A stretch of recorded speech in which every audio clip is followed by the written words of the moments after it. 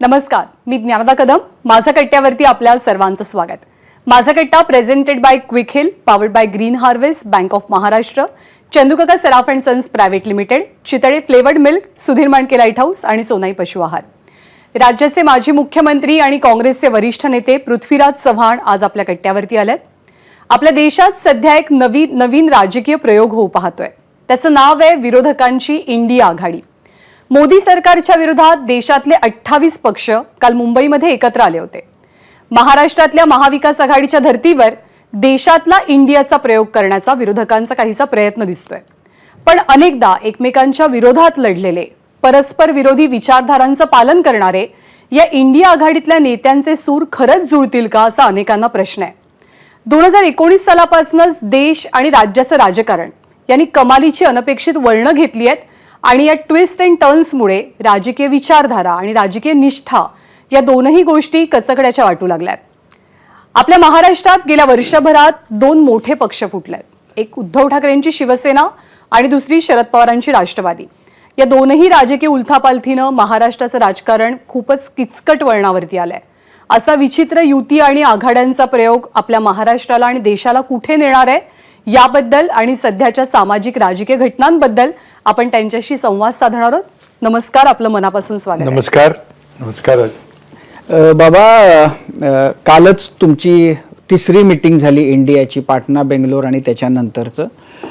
याच्याबद्दलच्या म्हणजे ज्या बातम्या आल्या होत्या, जे सांगितलं गेलं होतं, त्याच्यामध्ये एक सगळ्यात महत्त्वाची गोष्ट होती की या मीटिंग नंतर एक पक्ष, या आघाडीचा कन्व्हेनर कोण असेल हे निश्चित होईल, लोगो ठरेल.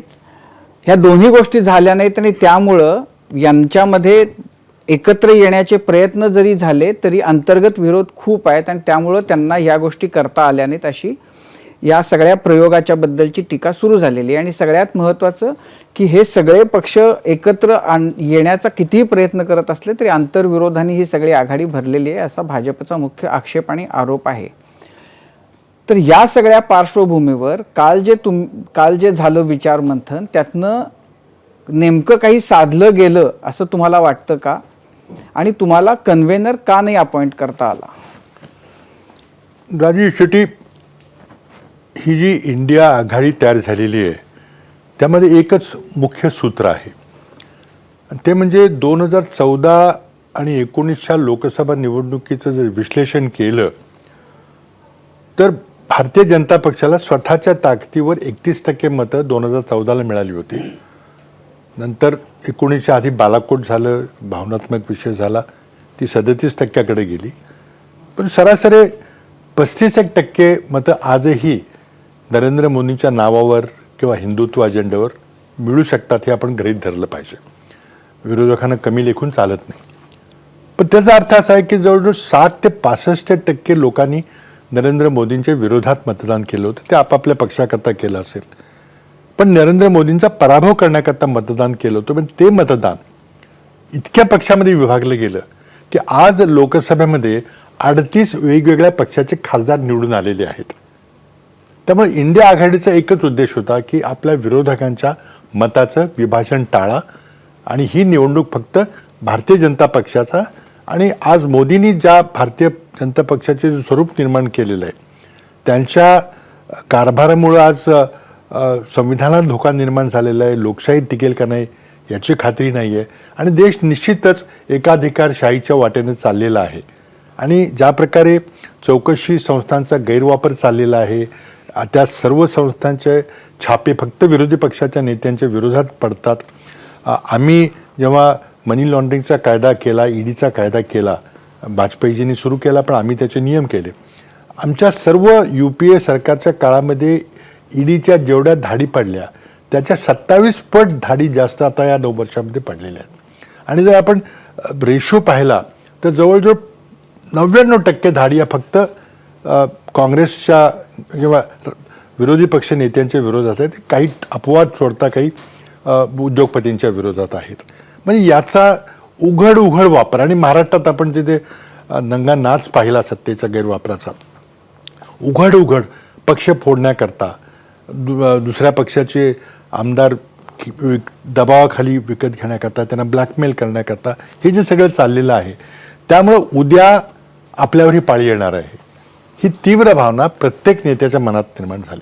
पण बाबा याचा अर्थ हाही आहेच ना, म्हणजे समजा भाजप दबाव आणण्यासाठी धाडी टाकते असं आपण गृहीत धरलं तरी सुद्धा भानगडी केल्यात म्हणून धाडी आहेत ना.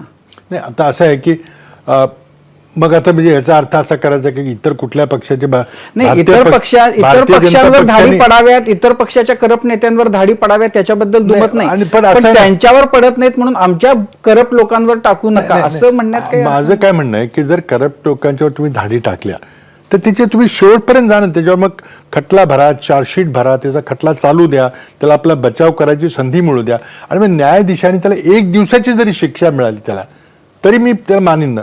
आज ज्या नेत्याच्या विरुद्ध तुम्ही धाडी टाकता त्याने पक्षांतर केले की सगळं तुम्ही मनी लॉन्ड्रिंग सारखं ते त्या माणसाचं लॉन्ड्रिंग होऊन जातं. इतकं मोठं त्यांच्याकडे वॉशिंग मशीन आहे. हे काय चाललेलं आहे म्हणजे आता फक्त उघड खुला वापर फक्त पक्ष फोडण्याकरता. आणि मग आपल्याला माहिती आहे अमित शहा म्हणतात की काँग्रेस मुक्त, नड्डा म्हणतात की हमको कोई छोटे राजकीय दल नहीं चाहिए है.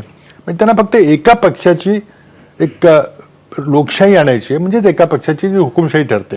आणि त्यांच्यासमोर मॉडेल आहे सिंगापूरसारख्या देशाचं, चायनाचं, रशियाचं मॉडेल आहे. आणि याकरता हे सगळे पक्ष एकत्र आलेले आहेत. कारण आपल्याला पण असं आहे की त्याच्यामध्ये आता तुमच्या 3 मिटिंगा झाल्या तर तुम्हाला जो अपेक्षित परिणाम किंवा अपेक्षित वेग त्या सगळ्यातून साधायचा आहे ते होतंय का? म्हणजे आता उदाहरणार्थ काल तुम्हाला कन्व्हेनर तुम्ही अपॉइंट करणार, कन्व्हेनरची हे फक्त मीन्स टू एन एंड आहे. आम्हाला शेवटी काय करायचं, जागा वाटप करायचं आहे आणि एकाच एक उमेदवार द्यायचे. मग तो कुठल्या मार्गाने आम्ही करू, कन्व्हेनरचं नाव करायचं का नाही, मग किती लोकांची कमिटी करायची. काल कमिटी 14 लोकांची केली, नंतर मीडियाची कमिटी, सोशल मीडियाची कमिटी, त्या सगळ्या गोष्टी झाल्या. नेता का नाही निवडला, हमारे पास मोदी है, आपके पास कौन है, नंतर मग नेता नाही तर मग कन्व्हेनर का नाही निवडला. प्रश्न असा आहे की आपली ही ब्रिटिश पार्लमेंटरी सिस्टीमवर आधारित संसदीय लोकशाही आहे. ही अमेरिकन राष्ट्रपती राजवटीसारखी राष्ट्रपतीची निवडणूक नाही आहे. अमेरिकन राष्ट्रपतीची निवडणूक 2 व्यक्तीमध्ये होती. ही निवडणूक 2 पक्षामध्ये, 2 विचारधारामध्ये होऊन मग निवडून आल्यानंतर त्या नेता निवडला जाईल, आधी निवडला जाईल किंवा नंतर निवडला जाईल, त्यामध्ये वाद नाही आहे. पण मला असं वाटतं की काल जी 1 नेशन 1 इलेक्शनची घोषणा झाली त्यामुळं आमच्या बैठकीमध्ये थोडंसं तर पॅनिक झालं निर्माण की बाबा खरंच हे लगेच निवडणुका करतात का, त्यामुळे आपला हे पसारा आपण लवकर आटपला पाहिजे. म्हणून मला अपेक्षा अशी होती की कदाचित कन्व्हिनरचं नाव येईल, कमिट्या नंतर होतील, पण कमिट्या झाल्या. खरं काम कमिट्यांनी करायचं, खरं काम कन्व्हिनरनी करायचं नाही. किंवा लोगो असला तरी आम्ही आमच्या चिन्हावर लढणार आहोत. लोगो ही जाहिरात करणाऱ्यांचा तो विषय होता, त्यांना नवीन छपाई पाहिजे होती म्हणून, तर ते होईल, त्याला महत्त्व नाही आहे. पण आज ज्या कमिट्या झाल्या त्यामध्ये मग असं एक लूजली ठरलेलं आहे की ज्या राज्यामध्ये 2 पक्ष आघाडीमधले 2 पक्ष एकामेकाविरोधात असतील पण त्याचा फायदा जर भाजपला मिळणार नसेल तर तुम्ही लढलं तर काय हरकत नाही. उदाहरणार्थ केरळ, बंगालमध्ये काहीतरी वेगळे ठरलेलं की 3 पक्ष आता कसे एकत्र आणायचे, तिन्ही आम्ही आघाडीतले पक्ष आहोत, तिथं काय करायचं त्याकरता विशेष विचार करावा लागेल. तीच पंजाबमध्ये परिस्थिती आहे. असे मला वाटतं पंजाब, दिल्ली असे काही राज्य, बंगालमध्ये आहे, थोडी UP-मध्ये आम्हाला काय स्पेस मिळेल हे आम्हाला अखिलेशशी बोलावं लागेल. तिथं आमचं अस्तित्व बिहारमध्ये थोडं आहे पण नितीश मोदी आहे. तिथं हे 5-6 राज्यामध्येच खरा प्रश्न. पण बाबा काँग्रेससाठी ही अशी एक विचित्र स्थिती आता निर्माण झालेली आहे की तुम्हाला जर समजा भाजपला हरवायचं असेल तर स्वतःचं सोडून द्या, म्हणजे तुम्हाला UP-मध्ये सोडावं लागेल, पंजाबमध्ये सोडावं लागेल, दिल्लीमध्ये सोडून द्यावं लागेल. तर काँग्रेसची ही मानसिकता झालेली आहे का तयार की आपल्याला त्याग करायचा, म्हणजे सगळ्यांची अपेक्षा काँग्रेसनं त्याग करावा अशी असणार आहे.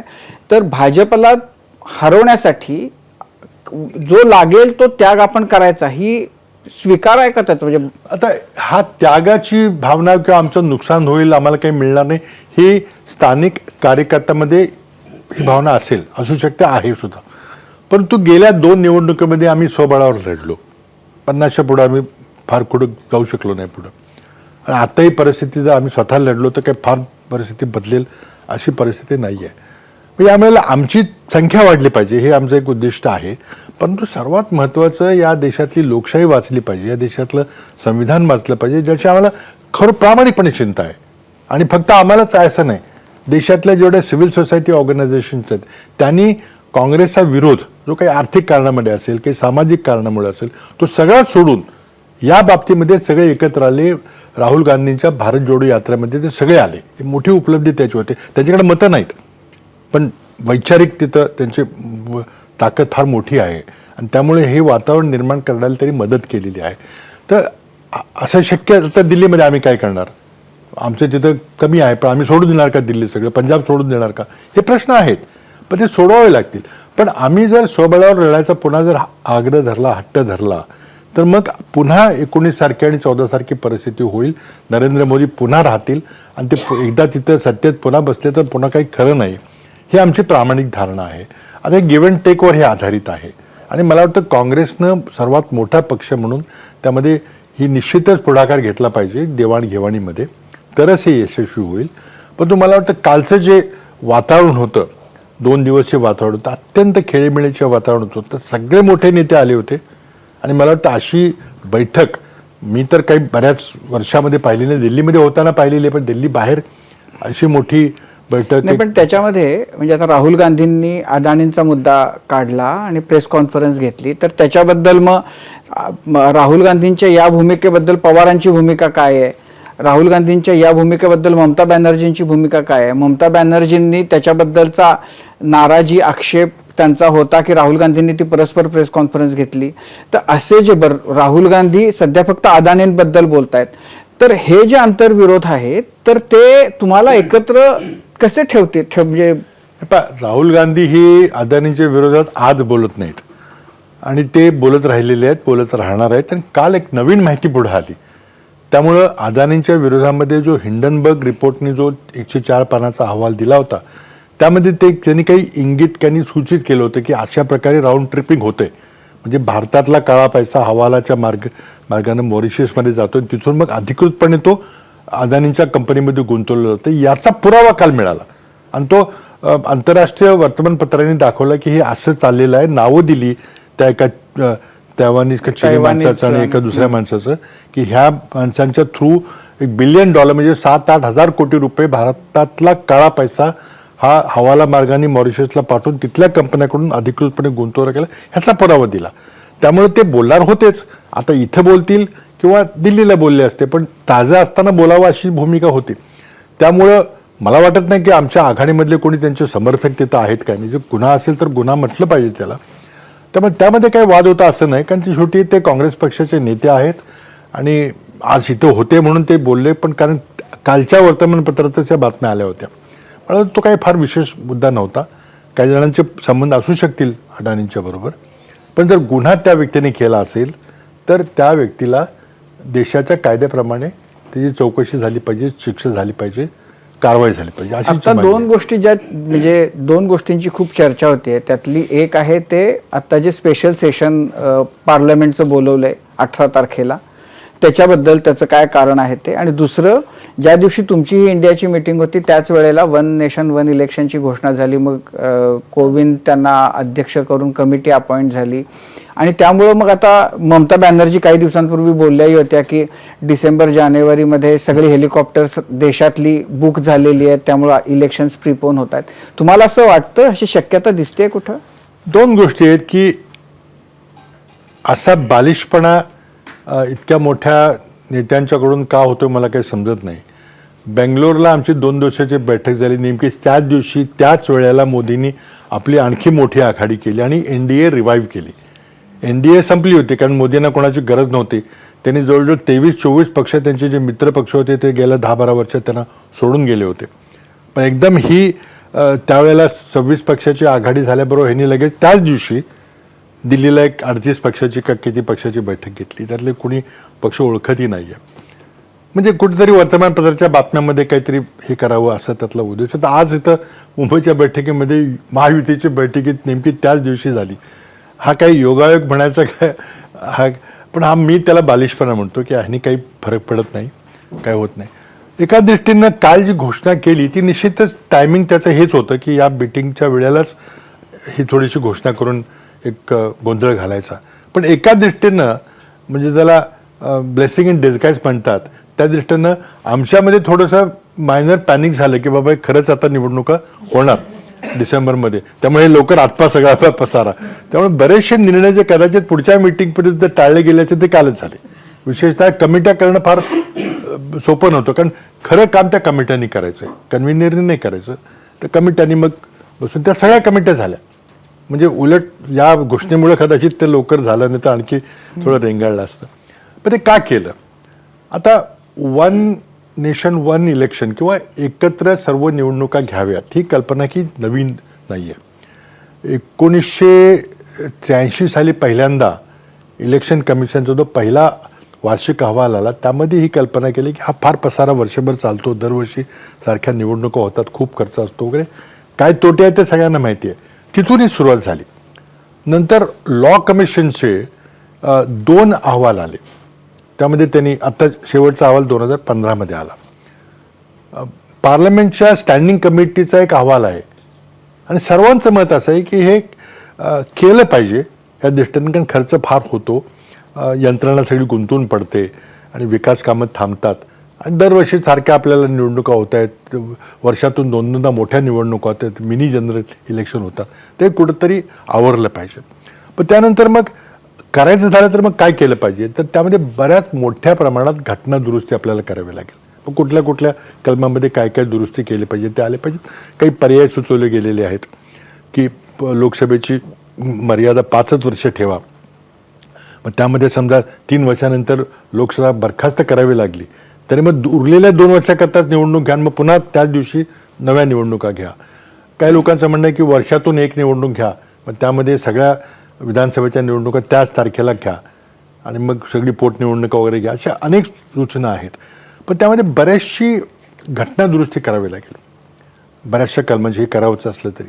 कारण आपली जी आपल्याला माहिती आहे की 51 असेल, 57, 62, 67पर्यंत ह्या दोन्ही निवडणुका एकत्र होत असत.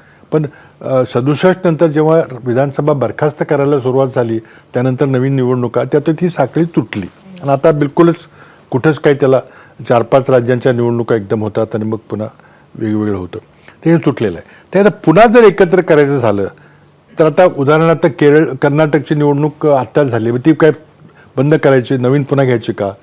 तर असे अनेक विषय आहेत. तर त्याचे बसून गंभीर चर्चा करावी लागेल. त्यामुळे आणखी एक कमिटी काल नेमलेली आहे रामनाथ कोविंद यांच्या अध्यक्षतेखाली. त्या कमिटीला काही वेळ द्यावा लागेल. पण याच्या पूर्वीचे 5-6 अहवाल आपल्याकडे उपलब्ध आहेत.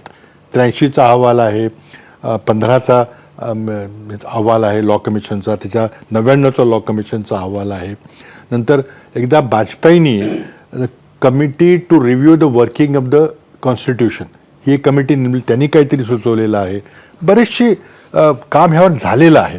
आता आपल्याला निर्णय घ्यायचा आहे. आता निर्णय घ्यायचा असेल ते कोविड कमिटीचा अहवाल आला तर नक्कीच सगळे पक्ष त्यामध्ये लक्ष देतील. काही चांगल्या गोष्टी निष्पन्न झाल्या तर त्यामध्ये एकमत व्हायला काही अडचण जाणार नाही. खर्च कमी होईल हे एक बाब आहे. पण त्यामध्ये आता दुसरी बाब आहे की आपल्याला EVM हे दुप्पट करावे लागतील, कारण 2-2 EVM प्रत्येकाला लागतील. म्हणजे आत्ता समजा 30 लाख EVM लागतात आता, तर 60 लाख लागतील. काही ठिकाणी खर्च वाढेल पण एकंदरीत खर्च कमी होईल आणि वेळ जो वाया जातो ह्या इलेक्शनमध्ये तो कमी जाईल, अशी ती भूमिका आहे.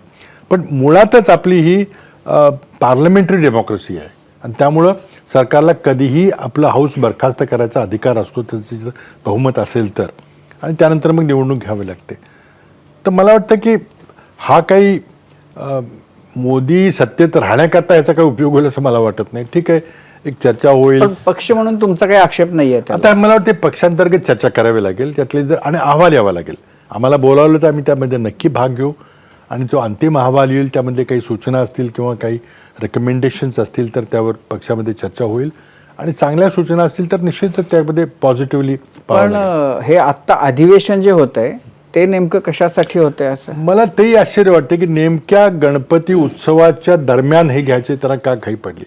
तर माझी एक अटकल आहे की जर त्यांना जर युनिफॉर्म सिव्हिल कोड आणायचा असेल तर या अधिवेशनामध्ये ते विधेयक मांडलं जाईल, ते संयुक्त समितीकडे चर्चेकरता पाठवलं जाईल.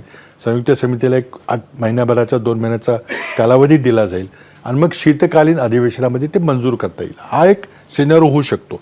पण मला वाटतं की युनिफॉर्म सिव्हिल कोडच्या बाबतीमध्ये भयंकर आंतरविरोध भाजपमध्ये सुरू झालेला आहे की आदिवासींचं काय करायचं, मग हिंदूंच्या बद्दलचे विशेष कायदे त्यांच्या इथे बरखास्त करायचे का, त्यामुळं काय होईल मला सांगता येत नाही. परंतु एक वातावरण असं केलं की बाबा विरोधी पक्षांची तयारी नाही, आमची तयारी आहे, मग विरोधक बेसावत असतानाच लगेच घेऊन टाकावं असा काहीतरी विचार असू शकतो. पण मला वाटतं पहिल्या दिवशी जो एकदम एक्साइटमेंट होती ती मला आज दिसत नाही थोडीशी. पण इलेक्शन्स प्रिपोन होऊ शकतील असं वाटतं तुम्हाला? इलेक्शन जर लोकसभेचे इलेक्शन लवकर घ्यायचे असले तर त्याला कायद्याची कुठलीच अडचण नाही आहे. 6 महिन्यापर्यंत ते सहज घेता येतात. त्यामुळे डिसेंबर वगैरे घेतले तर काही अडचण नाही आहे.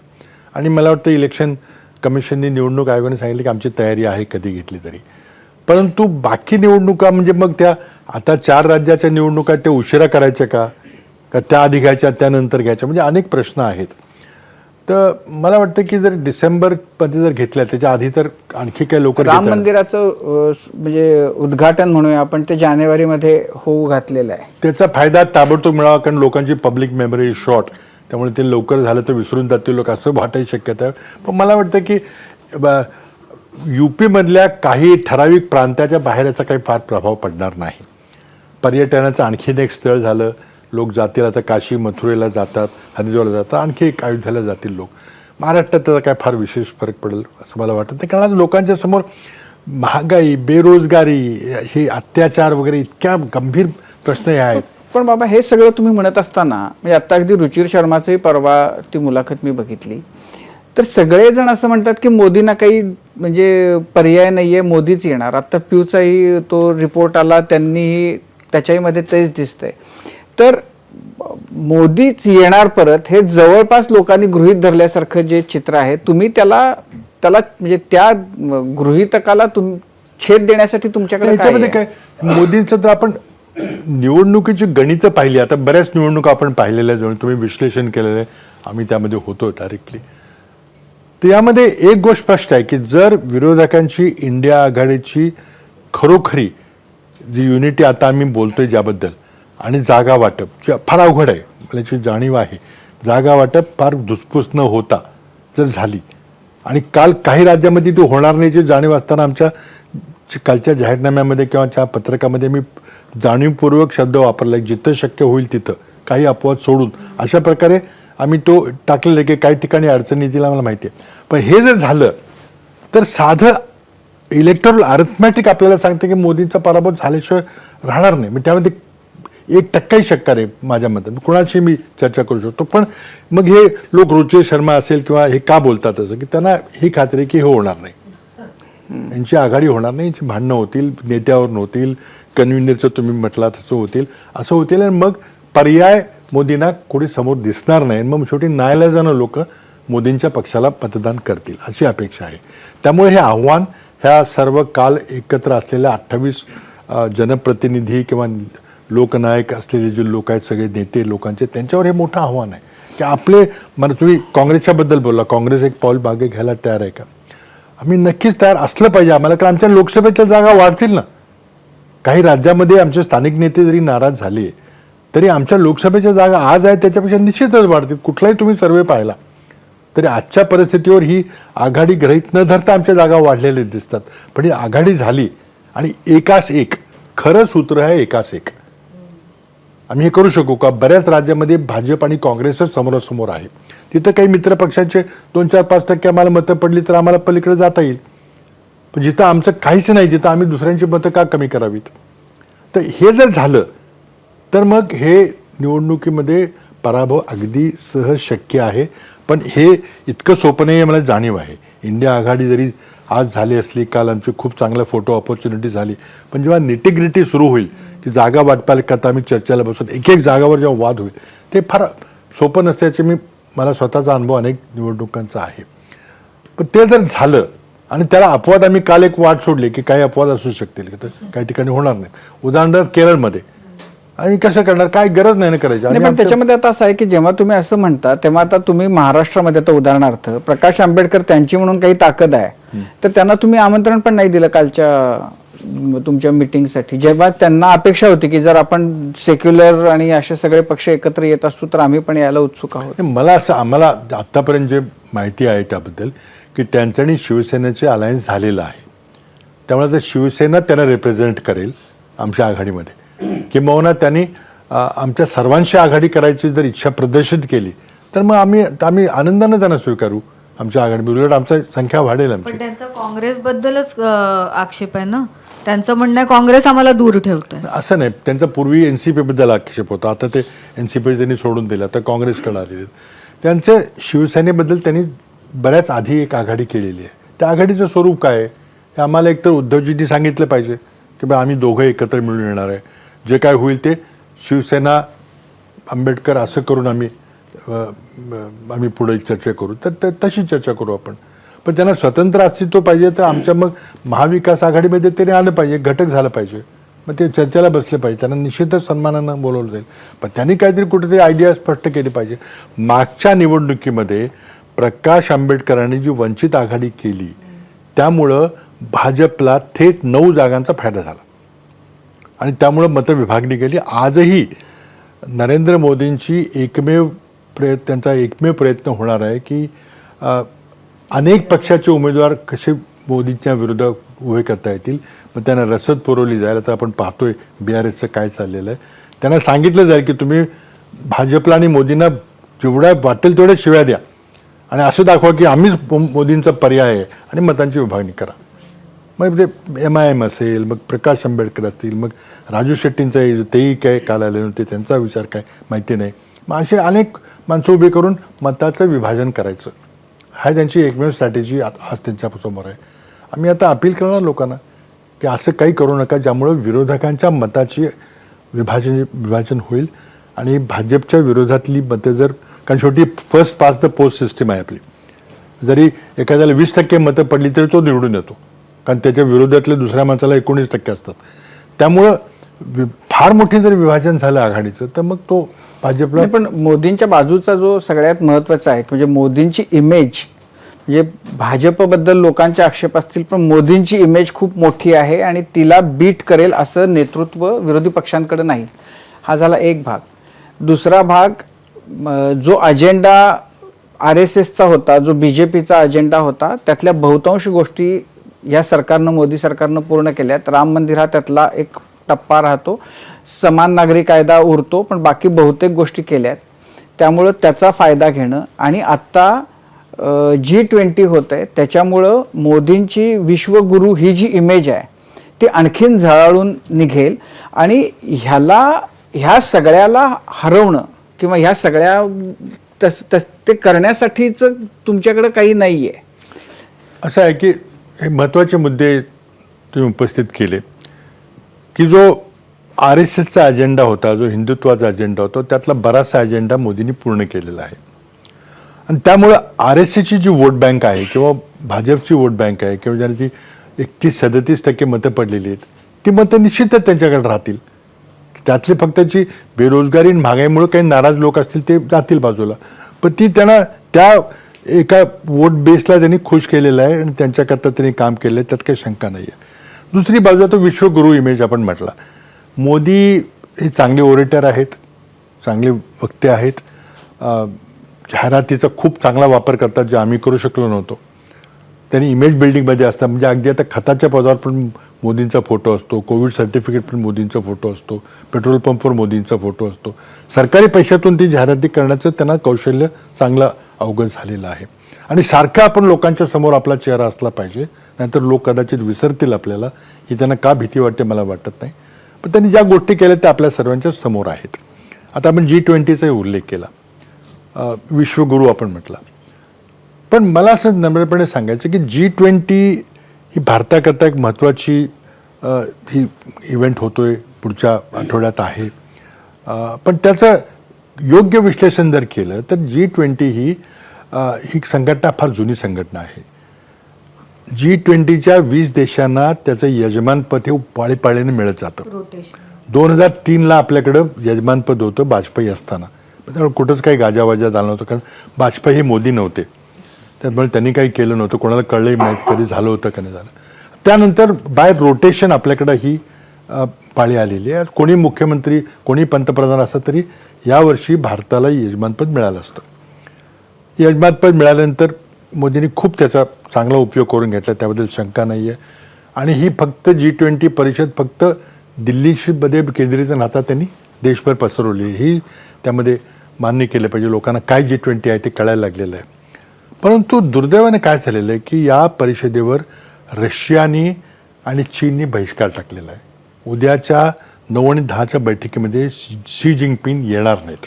त्याला बहिष्कार टाकला कसं म्हणणार? ते त्यांचे येत आहेत ना. बहिष्कार म्हणजे आता ठीक आहे, बहिष्काराचा शब्द आपण वापरू नये, पण ह्याची खास बात काय असते तर जगातले सर्व राष्ट्राध्यक्ष आणि सरकारचे प्रमुख असतात ते एकत्र येतात, फेस टू फेस मीटिंग होते आणि ती मीटिंग होणार आहे.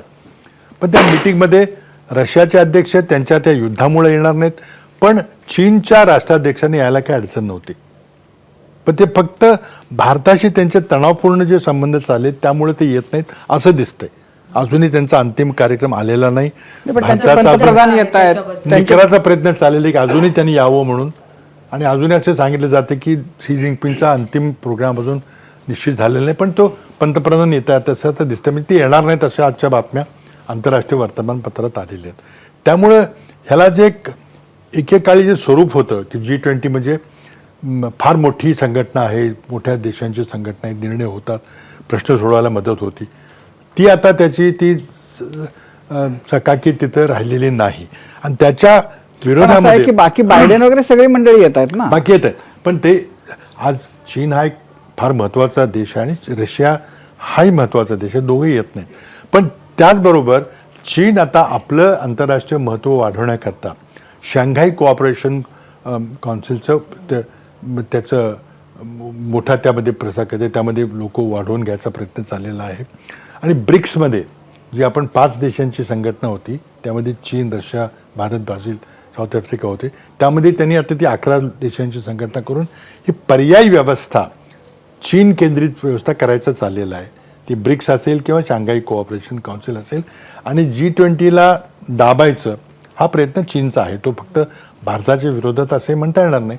पण त्यामुळं जे यातून आपल्याला मोदींना वैयक्तिकपणे जे काही यश मिळवता आलं असतं किंवा विश्वगुरू म्हणून म्हणता आलं असतं किंवा आंतरराष्ट्रीय कॉन्फ्लिक्ट सोडवण्यामध्ये आता भारताची मोठी भूमिका आहे की आपण विश्वाच्या जगाच्या केंद्रस्थानी आपण आलेलो आहेत असे जे दाखवायचा प्रचार करत होतो त्यामध्ये थोडीशी अडचण निर्माण झालेली आहे, दुर्दैवी आहे. आणि त्यामध्ये त्यांना जे इलेक्शन करता त्यातून जे काही मिळवायचं होतं ते कदाचित मिळेल का नाही मला माहिती पण नाही. बाबा याच्याकडं तुम्ही म्हणजे काँग्रेसी नेता, काँग्रेसी पक्षाचा कोणीतरी एक प्रमुख म्हणून कसं बघता? म्हणजे याच्यातनं मोदींना जे साधता येतंय त्याचा तुम्हाला, त्याच्याबद्दल तुम्हाला काय वाटतं की यश मिळालं तर मोदी आणखीन मोठे होतात असं म्हणणं बरोबर नाही. ही आपल्या भारताच्या दृष्टीनं ही एक महत्त्वाची परिषद आहे. आपला हा क्रमांक आता पाळीपाळीने येतो आलेला आहे, त्याचा आपण चांगला उपयोग करून घेतला पाहिजे. कारण शेवटी भारताची सॉफ्ट पॉवर प्रोजेक्ट करायचं एक चांगलं एक साधन असतं आणि ते केलं पाहिजे. त्यामुळं मोदींनी ते केलेलं आहे, तर त्यामध्ये सर्वांना विश्वासात घेऊन केलं असतं तर अधिक चांगलं झालं असतं. त्यांचे विश्वगुरु ही जी इमेज आहे ती तुम्हाला आनंद होतो का डाचती ती image? नाही, बिलकुल त्यांना ती त्यांची स्वतःची जाहिरात करायची करू द्या, पण विश्वगुरू जर व्हायचं असेल तर आज भारताची जर आर्थिक परिस्थिती पाहिली, आपली 5व्या क्रमांकाची अर्थव्यवस्था झालेली आहे, आपण आपली पाठ थोपवून घेतो काही आणि लवकरच 4थी 3री होईल.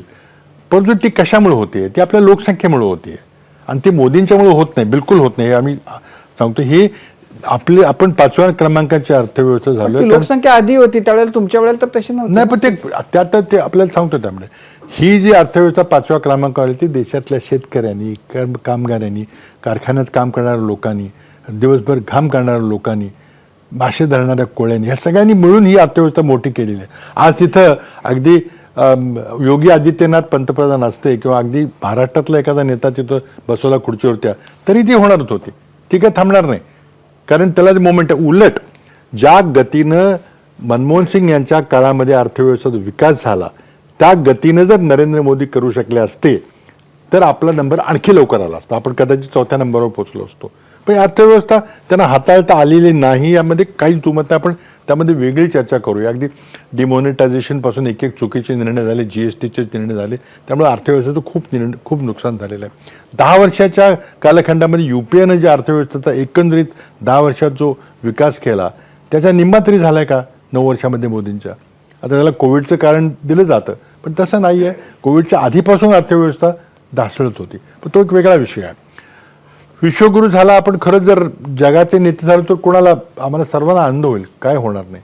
पण नुसती जाहिरातबाजी होऊन होणार आहे का? खरा जो आकडा आपण पाहायला पाहिजे तो आपलं दरडोई उत्पन्न काय ते पाहिलं पाहिजे. कारण देशाच्या नागरिकाची समृद्धी ही त्याच्या दरडोई उत्पन्नावर ठरते, पर कॅपिटा इन्कमवर, पर कॅपिटा GDPवर ठरते. आणि त्या पर कॅपिटा GDPमध्ये भारताचा क्रमांक जगात 135च्या खाली आहे. आणि मग काय लोकांना ज्ञान शिकवणार की आम्ही काय करतोय. आपण आपली दारिद्र्य आपण संपवू शकत नाही. आज ही 16-17% लोक हे अत्यंत दारिद्र्यामध्ये खितपत पडलेले आहेत. आणि मग आपण सांगतो की आम्ही विश्वगुरू झालो. मला त्यामध्ये 5व्या क्रमांकाबद्दल ठीक आहे, तो होणारच आहे, त्यामध्ये काही मोठं नाही. आज आपण या देशातलं दारिद्र्य घालवू शकतो का? शिक्षणाची परिस्थिती सुधारू शकतो का? आपल्या विश्वविद्यालयांची काय देशात परिस्थिती आहे? आरोग्याच्या बाबतीमध्ये कोविडमध्ये जी प्रेत गंगेत वाहून गेली, त्यांनी जी बेआबरू झाली ती आता भरून निघणार तुमची विश्वगुरू म्हटलं म्हणजे. तर या गोष्टीवर आपण खर्च करत नाही. आपण आरोग्यावर खर्च करत नाही, शिक्षणावर खर्च करत नाही, रिसर्च अँड डेव्हलपमेंटवर करत नाही, आपण सोशल सिक्युरिटीमध्ये करत नाही. चंद्रयान, गगनयान हे सगळं झालं ठीक आहे. पण आपल्याला माहिती आहे की आपण R&Dवर जो खर्च करतो देशात तो आमच्या वेळेला 1% होता. आणि मी विज्ञान तंत्रज्ञान खात्याचा मंत्री असताना मी प्रत्येक भाषणात पंतप्रधानांच्या लिहायचो की नाही हा खर्च आपल्याला 2% तरी केला पाहिजे. आज आपण 0.6% राहिलो. आपण कसं विश्वगुरू होणार किंवा मोठी ताकद कशी होणार? आपण आपल्या युनिव्हर्सिटीची, उच्च शिक्षणाची, रिसर्चची काय परिस्थिती आहे, सोशल सिक्युरिटीची काय परिस्थिती आहे, आरोग्याची आणि शिक्षणाची किती दारुण अवस्था आहे, ह्या गोष्टीकडे खर्च करत नाही. मोदींचं लक्ष फक्त रस्ते, विमानतळ, इन्फ्रास्ट्रक्चर आणि यामध्ये कॉन्ट्रॅक्ट देता येतील ते कॉन्ट्रॅक्ट. मग कॉन्ट्रॅक्ट देण्या-घेण्यामध्ये काय होतं आहे ते पहा. कोणाला कॉन्ट्रॅक्ट दिले जातील, एका व्यक्तीला कसे सगळं इन्फ्रास्ट्रक्चर दिले जाते तेही आपण पाहतोय. काल राहुल गांधी त्यावर बोलले पुन्हा काल काय काय चालले ते. बाबा आत्ताच म्हणजे कालच इंडिया आघाडीची बैठक झाली, त्याच्यात सगळ्यात महत्त्वाचा मुद्दा आहे तो जागा वाटपाचा. तुम्ही सांगितलं, राजीव सरांनी पण विचारलं. तर काल असं म्हणजे जागा वाटपावर चर्चा न झाल्यामुळे ममता बॅनर्जी नाराज झाल्या, त्यामुळे त्या प्रेस कॉन्फरन्सला थांबल्या नाही, त्या निघून गेल्या.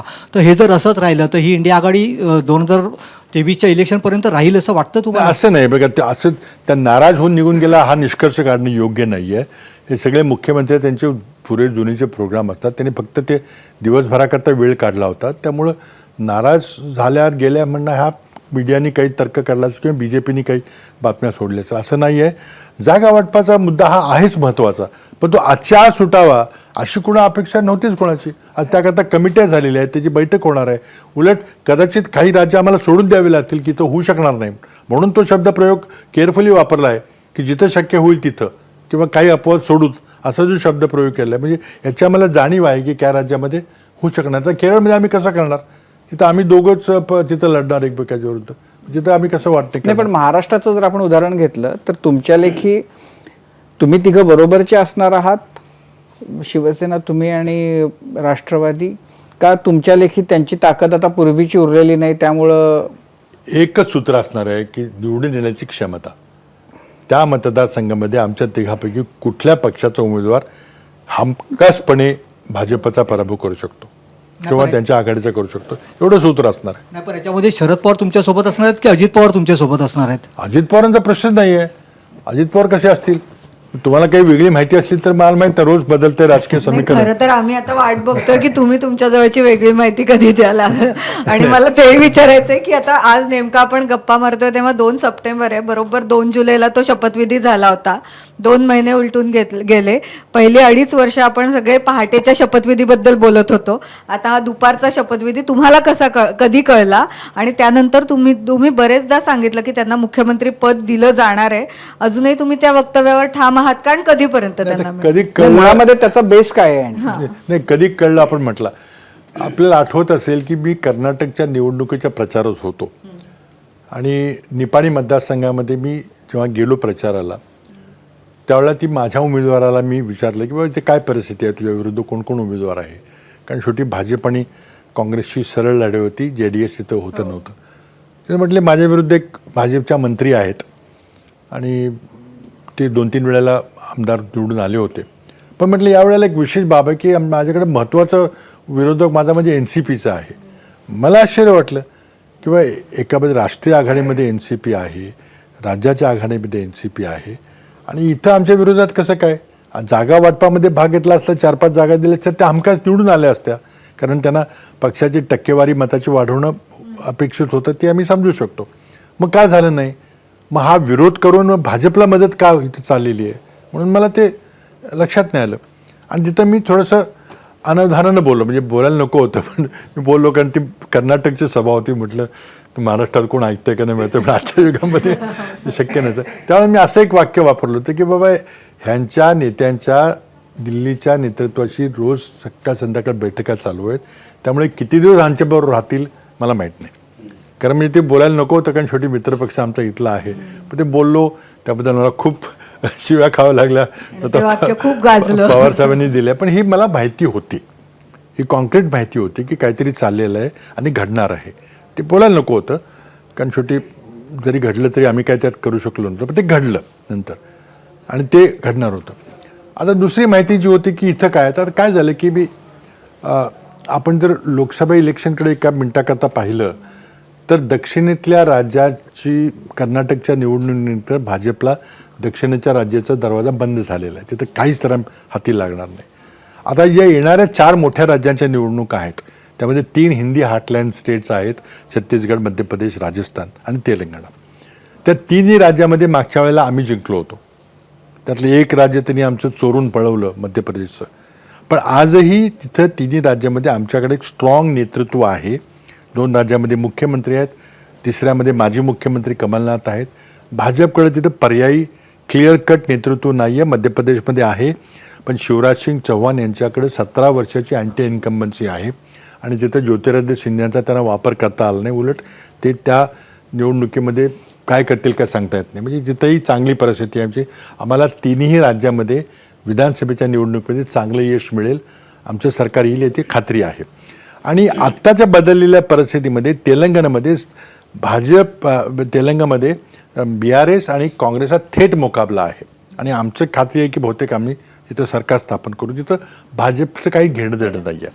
त्यामुळे ही सगळी राज्यामध्ये भाजपची पिछेहाट होताना दिसते आहे आणि म्हणून महाराष्ट्र हे सर्वात महत्त्वाचं राज्य लोकसभेकरता आहे. दुसऱ्या क्रमांकाच्या जागा तर आहेतच आहेत, पण हे युद्धामधलं फ्रंटलाईन स्टेट झालेलं आहे आणि तिथं जर मागच्यासारखं जर बहुमत आलं नाही तर भाजपला सत्ता स्थापन करता येणार नाही.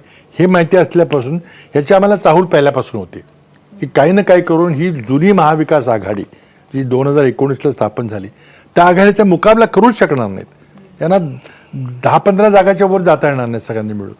आणि ही परिस्थिती जर झाली तर नरेंद्र मोदींचं लोकसभेचं स्वप्न विरलं सगळं. म्हणून काहीतरी केलं पाहिजे, ही त्यांची त्या वेळेपासून गेल्या 3.5 वर्षापासून धडपड चालू होती. काही कारणामुळं कोविड होतं, कारण काय झालं म्हणून ते एकनाथ शिंदेचा प्रयोग, त्यांचा एजन्सींचा वापर करून दहशत निर्माण करून काही खोके बोके सगळे प्रकार झाले, ते घडलं. त्यानंतर तरी त्यांचं समाधान झालं नाही की त्यातूनही आपल्याला यश मिळणार नाही, म्हणून त्यांचा NCP बरोबर प्रयोग सुरू झाला आणि तो प्रयोग सुरू आहे.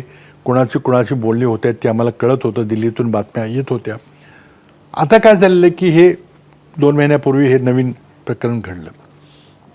किती पवारसाहेबांच्याबद्दल किती पक्ष आहे, अजित पवारांच्याबद्दल किती पक्ष आहे, हे आम्हालाही अजून निश्चित स्पष्ट होत नाही.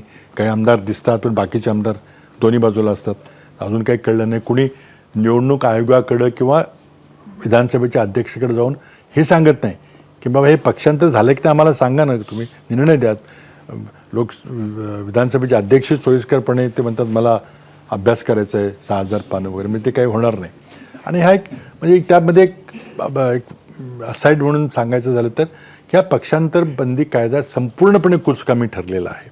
आणि हा कुठला कायदा आहे, 1985 साली राजीव गांधींनी पहिल्यांदा कायदा आणला, त्याचा आमूलाग्र बदल जेटलीने 2003 साली केला. तो जेटलीने बदल केलेला कायदा काही उपयोगाचा नाही, तो ताबडतोब स्क्रॅप केला पाहिजे. त्याच्याऐवजी एक अतिशय सोपा कायदा आणला पाहिजे असं माझं वैयक्तिक मत आहे. कारण त्यामध्ये जेव्हा आपण विधानसभेच्या अध्यक्षाला जबाबदारी देतो न्यायाधीश म्हणून, तो पक्षाचा निवडून आलेला माणूस असतो, तो कधीच निपक्षपाती न्याय देणार नाही, आपल्याला दिसतंय रोजचं. तर त्यामुळे हे घडलं. आता पुढच्या राजकारणामध्ये आमचे काही थोड्याशा बातम्या काही मित्रांनी दिल्लीतून काही दिलेल्या बातम्या आहेत, काही अंदाज आपले बांधतो आपण, राजकीय विश्लेषण करतो. तर त्यामध्ये एकनाथ शिंदे यांनी खूप धाडस करून हा प्रयोग केला आणि त्यामुळे त्यांना ते मुख्यमंत्रीपद मिळालं, भाजपने दिलं, अगदी देवेंद्र फडणवीसांचा अन्याय केला असं काही लोकांचं मत आहे. परंतु मला वाटतं की एकनाथ शिंदेंना जे लोकसभे निवडणुकीला जो चेहरा भाजपला पाहिजे त्यांच्या शिंदे फडणवीस सरकार, तो त्यांना ते कोण निर्माण करता आलेला नाही. त्यांचा ठाण्याच्या बाहेर काही विशेष प्रभाव पडला नाही. प्रशासनाच्याबद्दल न बोललेलं बरं. महाराष्ट्रामध्ये दुष्काळाची परिस्थिती आहे, त्यामध्ये सरकार कुठं काही ॲक्शन घेताना दिसत नाही. माझ्या सातारा जिल्ह्यामध्ये जनावरांच्या छावण्या सुरू करामुळे मी त्यांच्याकडे कितीतरी आग्रहाची मागणी करतोय, पण अजून काही होताना दिसत नाही. मग त्यामुळं मग आता चेहरा कोणाचा न्यायचा पुढं, आणि त्याला मराठा चेहरा पाहिजे, कारण त्याने बऱ्याचशा विश्लेषणामधून दिसते आता पर्याय फार कमी आहेत. आणि त्यामुळं मग अजित पवारांसारखा एक खूप मोठा जुना अनुभवी राजकारणी, ज्याला विरोधी पक्षांचे सगळे माहिती आहेत, प्लस मायनस हे सगळे माहिती आहेत, आणि ते देवेंद्र फडणवीसांचे तरी ट्युनिंगही बरं आहे, तर त्यांना जर नेतृत्व दिलं तर ते खूप चांगल्या जागा, ते तर म्हणतात 40-45 असं काहीतरी म्हणतात, आणि हे करून देऊ शकतील असं एक चित्र त्यांच्यासमोर आलेलं आहे. आता त्याला भाजपमधून प्रचंड मोठा आंतरविरोध आहे. कोणाकोणाचे भाजपचे जे मोठे महाराष्ट्रातले नेते आहेत, मोठे नेते वगैरे, त्यांचा खूप विरोध आहे. पण तिथं आज भाजपकरता ही निवडणूक इतकी महत्त्वाची आहे की हा जीवनमरणाचा प्रश्न आहे. महाराष्ट्राची निवडणूक जिंकणं, मग त्याकरता एक कडू गोळी घ्यावी लागली तरी चालेल अशा प्रकारचं एक मत आहे वरिष्ठ नेतृत्वाचं, आणि ही माहिती आमच्याकडं आहे. आणि त्यामध्ये मग हे देतील का, मग आत्ता देतील का, लोकसभा निवडणुकीच्या तोंडावर देतील वगैरे असं काही आहे. आणि म्हणून मग ती बैठका ज्या झाल्या राष्ट्रवादीच्या, की आज शरद पवारांच्याबद्दल इतकी प्रचंड सहानुभूती समाजामध्ये आहे, कारण महाराष्ट्राची प्रकृती नाही आहे. विश्वासघात, फितुरी, पाठीत सुरा खुपसणं हे लोकांना आवडत नाही आहे. जे ठाकरेंच्याबद्दल झालं ते ह्या ठिकाणी झालेलं आहे. आणि त्यामुळे लोक जर हे दोन्ही जर पक्ष जर लोकात गेले, इतकी प्रचंड सिंपती मिळेल. काही मोठी सभा करायची गरज नाही. सामान्याने म्हणून सपट विचारलं की मी काय चूक केली या लोकांना मोठं केलं, प्रचंड मोठी सिंपती, पण ते होताना दिसत नाही. आणि ह्या गुप्त बैठका होतात किंवा ज्या बैठका झाल्या त्यामुळे आणखी संभ्रम होतो की काय खरंच काय चाललेलं आहे. आणि प्रत्येकाची विश्वासार्हता जी आहे ती आपल्याला सर्वांना माहिती आहे, आणि त्यामुळे संभ्रम आहे. पण मला अजूनही वाटतं की कालची आमची बैठक झाली, त्यामध्ये उद्धवजी प्रमुख त्यांच्या नेतृत्वाखाली झाली. पवारसाहेब तिथे सर्व बैठकीनं होते. मला वाटतं आम्ही ताकदीनं लढू, आणि एकमेकाचा आत्मविश्वास वाढतो अशा घटनेमुळं. आमचा सगळ्यांचाच आत्मविश्वास वाढलेला आहे. आणि त्यामुळे मला असं दोन गोष्टीचा निष्कर्ष असे वाटतात, जी माहिती मी सगळे सांगणार नाही मला कुठून माहिती मिळाली किंवा काय मिळाली, पण एक अंदाज माझा असा आहे की भाजपला हे अपरिहार्य आहे करणं. आता कधी करतील हा प्रश्न आहे, की आत्ता करतील का काही दिवसानंतर करतील, आणखी पक्ष फोडाफोडीचे प्रयत्न चालतील, आणखी आपल्याला बातम्या येतील की अ नेता पुन्हा गेला, ब नेता गेला. तुम्ही काही बातम्या चालवल्या होत्या की काँग्रेसच्या बद्दल चर्चा आहे, पण कोणी जाणार नाही. आता त्यांनी ती चर्चा थांबवली आहे. नाहीतर पूर्वी 30 जाणार, 32 जाणार होती, पण थांबवली. आता ते सुरू केले की नाही लोकसभेच्या तोंडावर काहीतरी होईल म्हणून, पण काही होणार नाही. कारण एका बाजूला सत्तेत आम्ही दिल्लीच्या सत्तेत येण्याची आमची शक्यता वाढलेली आहे. आणि अशा परिस्थितीमध्ये काँग्रेस पक्षाचा कोणी आमदार किंवा कोणी सोडून जाईल, मला तर त्यात काही सुतराम शक्यता वाटत नाही. प्रयत्न चाललेले आहेत, प्रयत्न नाही असं नाही आहे. पण मला असं वाटतं की ह्या शिंदे फडणवीस आघाडीला म्हणावं तितकं अजून यश मिळण्यासारखी परिस्थिती निर्माण झाली नाही. त्यांना आणखी काहीतरी प्रयोग करावे लागतील. पण बाबा तुम्ही मध्यंतरी पवारांबद्दल सुद्धा एक वक्तव्य केलं होतं एका वृत्तपत्राला दिलेल्या मुलाखतीमध्ये, की भाजपने ऑफर दिली होती. ते काय नक्की होतं, ती काय माहिती होती तुमची? ते काय होती ती मला अशी दिल्लीला माहिती मिळाली होती की काही त्यांना सन्मान ठेवला जायला पाहिजे, काहीतरी ते पदाचा वगैरे वाद होता. आणि त्यांनी जर आले ते त्यांना सगळ्यात मोठी भाजपला काळजी आहे की पवारसाहेब जर बाहेर पडले तर त्यांना जी सिंपती मिळेल, त्यामुळे अजित पवारांची जी निवडून येण्याची क्षमता आहे त्यामध्ये ते इतकं त्यांना यश मिळणार नाही. त्यामुळे ते कसल्याही परिस्थितीत थांबवायचं. तर ते एकमेकाविरोधात जे चाललेलं आहे, म्हणजे पूर्वी पहिल्या दिवशी जी तिखट वक्तव्य होती ती थांबली, नंतर कोणीतरी मध्यस्थी केली की तुम्ही काय एकमेकावर बोलू नका, कारण आमचा अजूनही प्रयत्न चाललेला आहे. त्यांचा ते प्रयत्न करणार. परंतु मला असं वाटतं की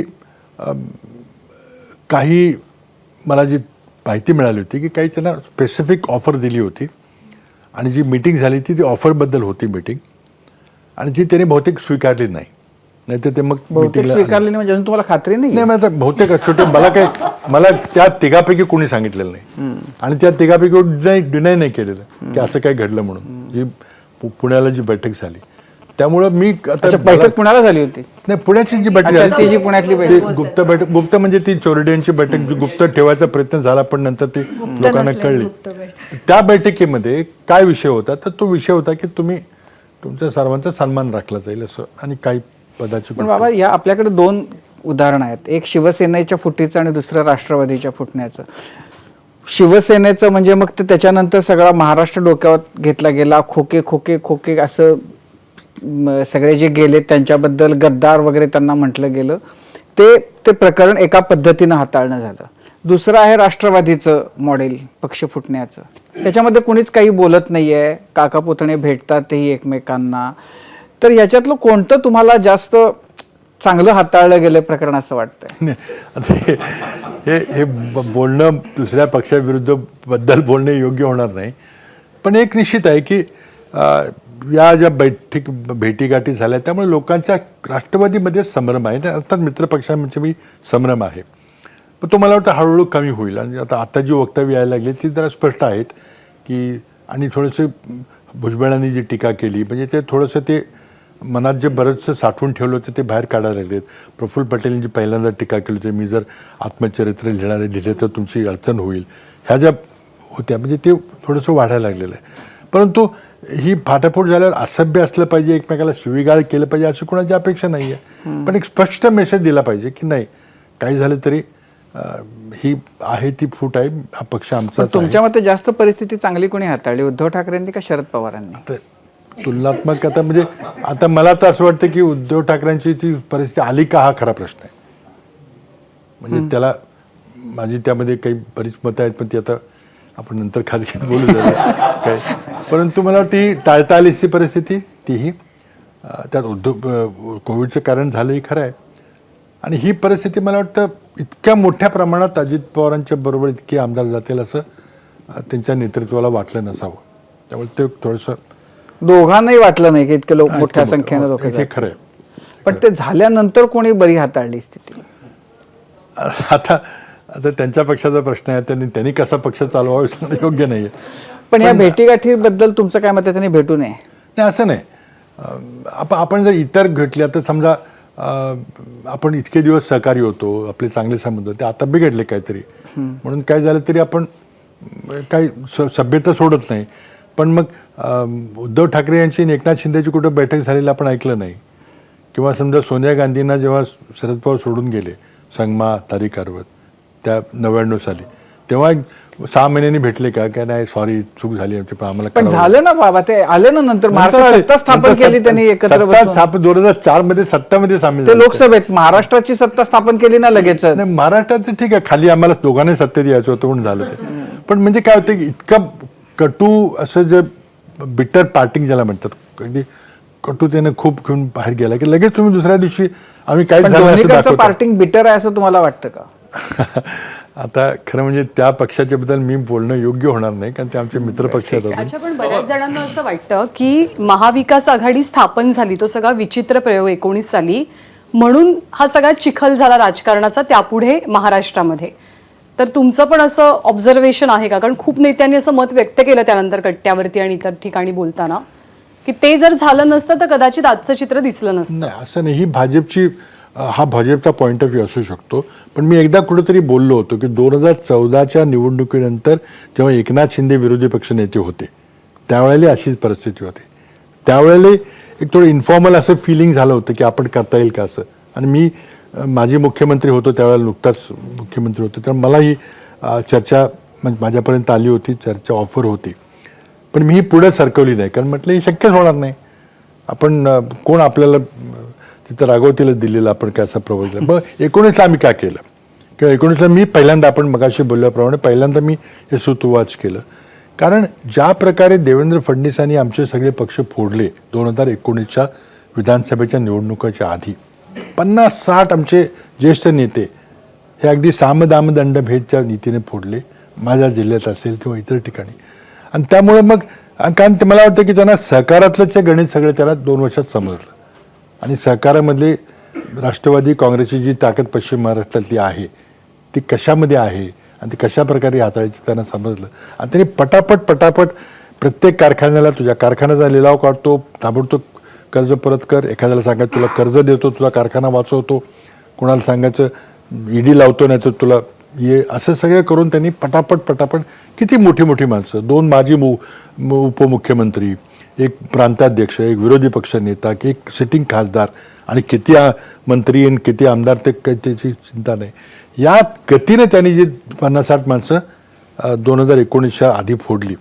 त्यानंतर हे पुन्हा 5 वर्षाकरता जर मुख्यमंत्री झाले तर मग औषधाला ही पक्ष, विशेषतः पश्चिम महाराष्ट्रातील मराठवाड्यातला पक्ष राहणार नाही याची मला खात्री पटली. आणि तेच आमदारांनी निवडून आलेले सांगितले आम्हाला राजकारण करता येणार नाही, हे जे ज्या गतीने यांचं चाललेलं आहे.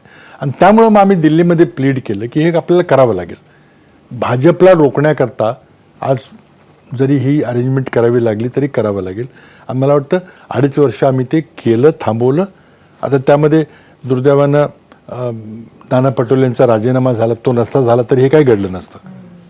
म्हणजे तो जर राजीनामा झाला, कशामुळे झाला, काय झाला, आता ते आमच्या पक्षातला अंतर्गत प्रश्न आहे. पण बाबा त्याच्यामध्ये तो जो मुद्दा आहे की विचार आणखीन याला काही अर्थ उरला नाही. म्हणजे तुम्ही निवडून एका युतीमधून येता, आघाडीमधून, तुम्ही नंतर एकत्र मतं मागता आणि मग नंतर सोडून देता आणि भलत्याच बरोबर जाऊन संसार करता. पण त्याकरता आपण पक्षांतर बंदी कायद्याची कल्पना आणली होती की असं हे पक्षांतर होणार नाही विचार, पण तो फेल झाला. पण त्याचं त्यामुळं जो महाराष्ट्राच्या राजकारणाचा चिखल झाला त्याची सुरुवात तर तिथून बघा, शेवटी असं आहे की ही आपली संसदीय लोकशाही ही 2 विचारधारेची लढाई असते. 2 व्यक्तींची जरी असली, 2 पक्षांची असली, शेवटी 2 विचारधारांची लढाई आहे. आज आम्हाला या देशामधली जर संविधान वाचवायचं असेल किंवा लोकशाही टिकवायची असेल आणि आपण हुकुमशाहीच्या दृष्टीने चाललोय असं जर आपल्याला स्पष्ट दिसत असेल तर ते थांबवण्याकरता आपल्याला काही तुम्ही निर्णय इलेक्शन लढतात एकत्र, त्यावेळी तुम्हाला हुकुमशाही आहे वगैरे काही दिसत नाही आणि निवडून आल्यानंतर तुम्हाला सगळं हुकुमशाही दिसते आणि तुम्ही त्यावेळेला नव्हतं. 14ला आम्हाला वाटलं नाही, नव्हतं. मी 19च्या बद्दल बोलतो नाही, पण ज्या दृष्टीने ते आणि मी शिवसेनेबद्दल बोलतो. नरेंद्र मोदींनी आणि देवेंद्र फडणवीसांचा पक्ष चालवला तर शिवसेनेने तो निर्णय घेतला. त्यांची विचारधारा, ते हिंदुत्वाच्या विचारधारेचे एकत्र होते. नंतर मोदींच्या आणि देवेंद्रच्या वागण्यावर ते नाराज झाले. आता तो प्रश्न आहे. पण शेवटी आपल्याला जर आपली विचारधारा पुढे न्यायची असेल किंवा एखाद्या विचारधाराच्या विरुद्ध आपल्याला राहावं लागेल किंवा मूळ हा लोकशाहीचा मुद्दा किंवा संविधानाचा मुद्दा आहे, हा इतका मूलभूत मुद्दा आहे की त्याकरता काही निर्णय जर घेणं गरजेचं असेल हे वाचवण्याकरता, तर मला वाटतं ते करावं लागलं आम्हाला आणि करणं योग्य होतं. बाबा, ज्या प्रकारे शरद पवारांबद्दल काँग्रेसला संभ्रम होता तर हा 100% संभ्रम दूर झाला असं म्हणायचं का? आणि अनेकदा म्हणता येईल की ज्या प्रकारे उद्धव ठाकरेंनी चुका केल्या पक्ष फुटल्यानंतर, त्या चुका होऊ नये म्हणून शरद पवार ती भूमिका घेत आहेत, याबद्दल तुम्हाला काय वाटतंय? नाही, मला वाटतं त्या पक्षाबद्दल मी बोलणं योग्य होणार नाही. तर शेवटी ते आमचे मित्र आहेत आणि त्यांना आम्ही सांगितलं की तुम्ही कुठं जाल तिथं आमचे सगळे लोक तुमच्याबरोबर असतील. मी कराडला ते आले होते समाधी दर्शन, मी स्वतः जाणून बुजून गेलो. कारण शेवटी एक ते निश्चितच आज तरी आम्हाला विश्वास हा ठेवावा लागेल की ते आज जरी मोदींचे त्यांचे मधून संबंध असले तरी ते एकंदरीत ते त्यांची जी राजकीय जळणघळण झालेली बालपणापासून, त्याच्या घरातल्या संस्कारापासून, ते त्यांचं हे समाजवादी किंवा लेफ्ट ऑफ सेंटर राजकारण आहे आणि ते काही लिगेसी तरी सोडणार नाही. त्यांना सोडता त्यांच्यावर खूप प्रेशर आहे याची मला जाणीव आहे, पण त्यांनी सोडलेली नाही. 60 वर्षाची त्यांची लेगेसी त्यांनी सोडलेली नाही. त्यामुळे त्यांना जेवढी ताकद येतील तेवढे आमचे कार्यकर्ते निश्चित देतील. त्यांना समर्थन.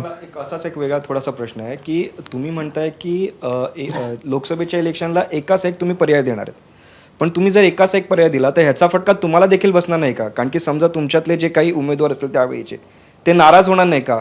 ते मग भाजपकडे वळतील असं तुम्हाला वाटत नाही का? नाही, आहे ना, पण आम्हाला एकंदरीत एकाच एक लढल्यामुळं आमची जर संख्या वाढणार असेल लोकसभेतली तर ते का करू नये. आणि आमचं एकमेव उद्दिष्ट असं आहे की आम्हाला सध्याच्या लोकशाहीमध्ये जो लोकशाहीला धोका झालेला आहे, जो संविधानात धोका झालेला आहे, जी हुकुमशाहीकडे वाटचाल चालली ती थांबवायची असेल तर काही किंमत मोजावी लागेल. नाराज होतील ना, मग ते दुसऱ्या पक्षाला पण शेवटी एकंदरीत ह्याचे सगळे सरासर बेरीज केल्यानंतर आमची संख्या वाढेल अशी आम्हाला खात्री आहे आणि नरेंद्र मोदीचा पराभव होईल, म्हणजे भाजपचा पराभव होईल.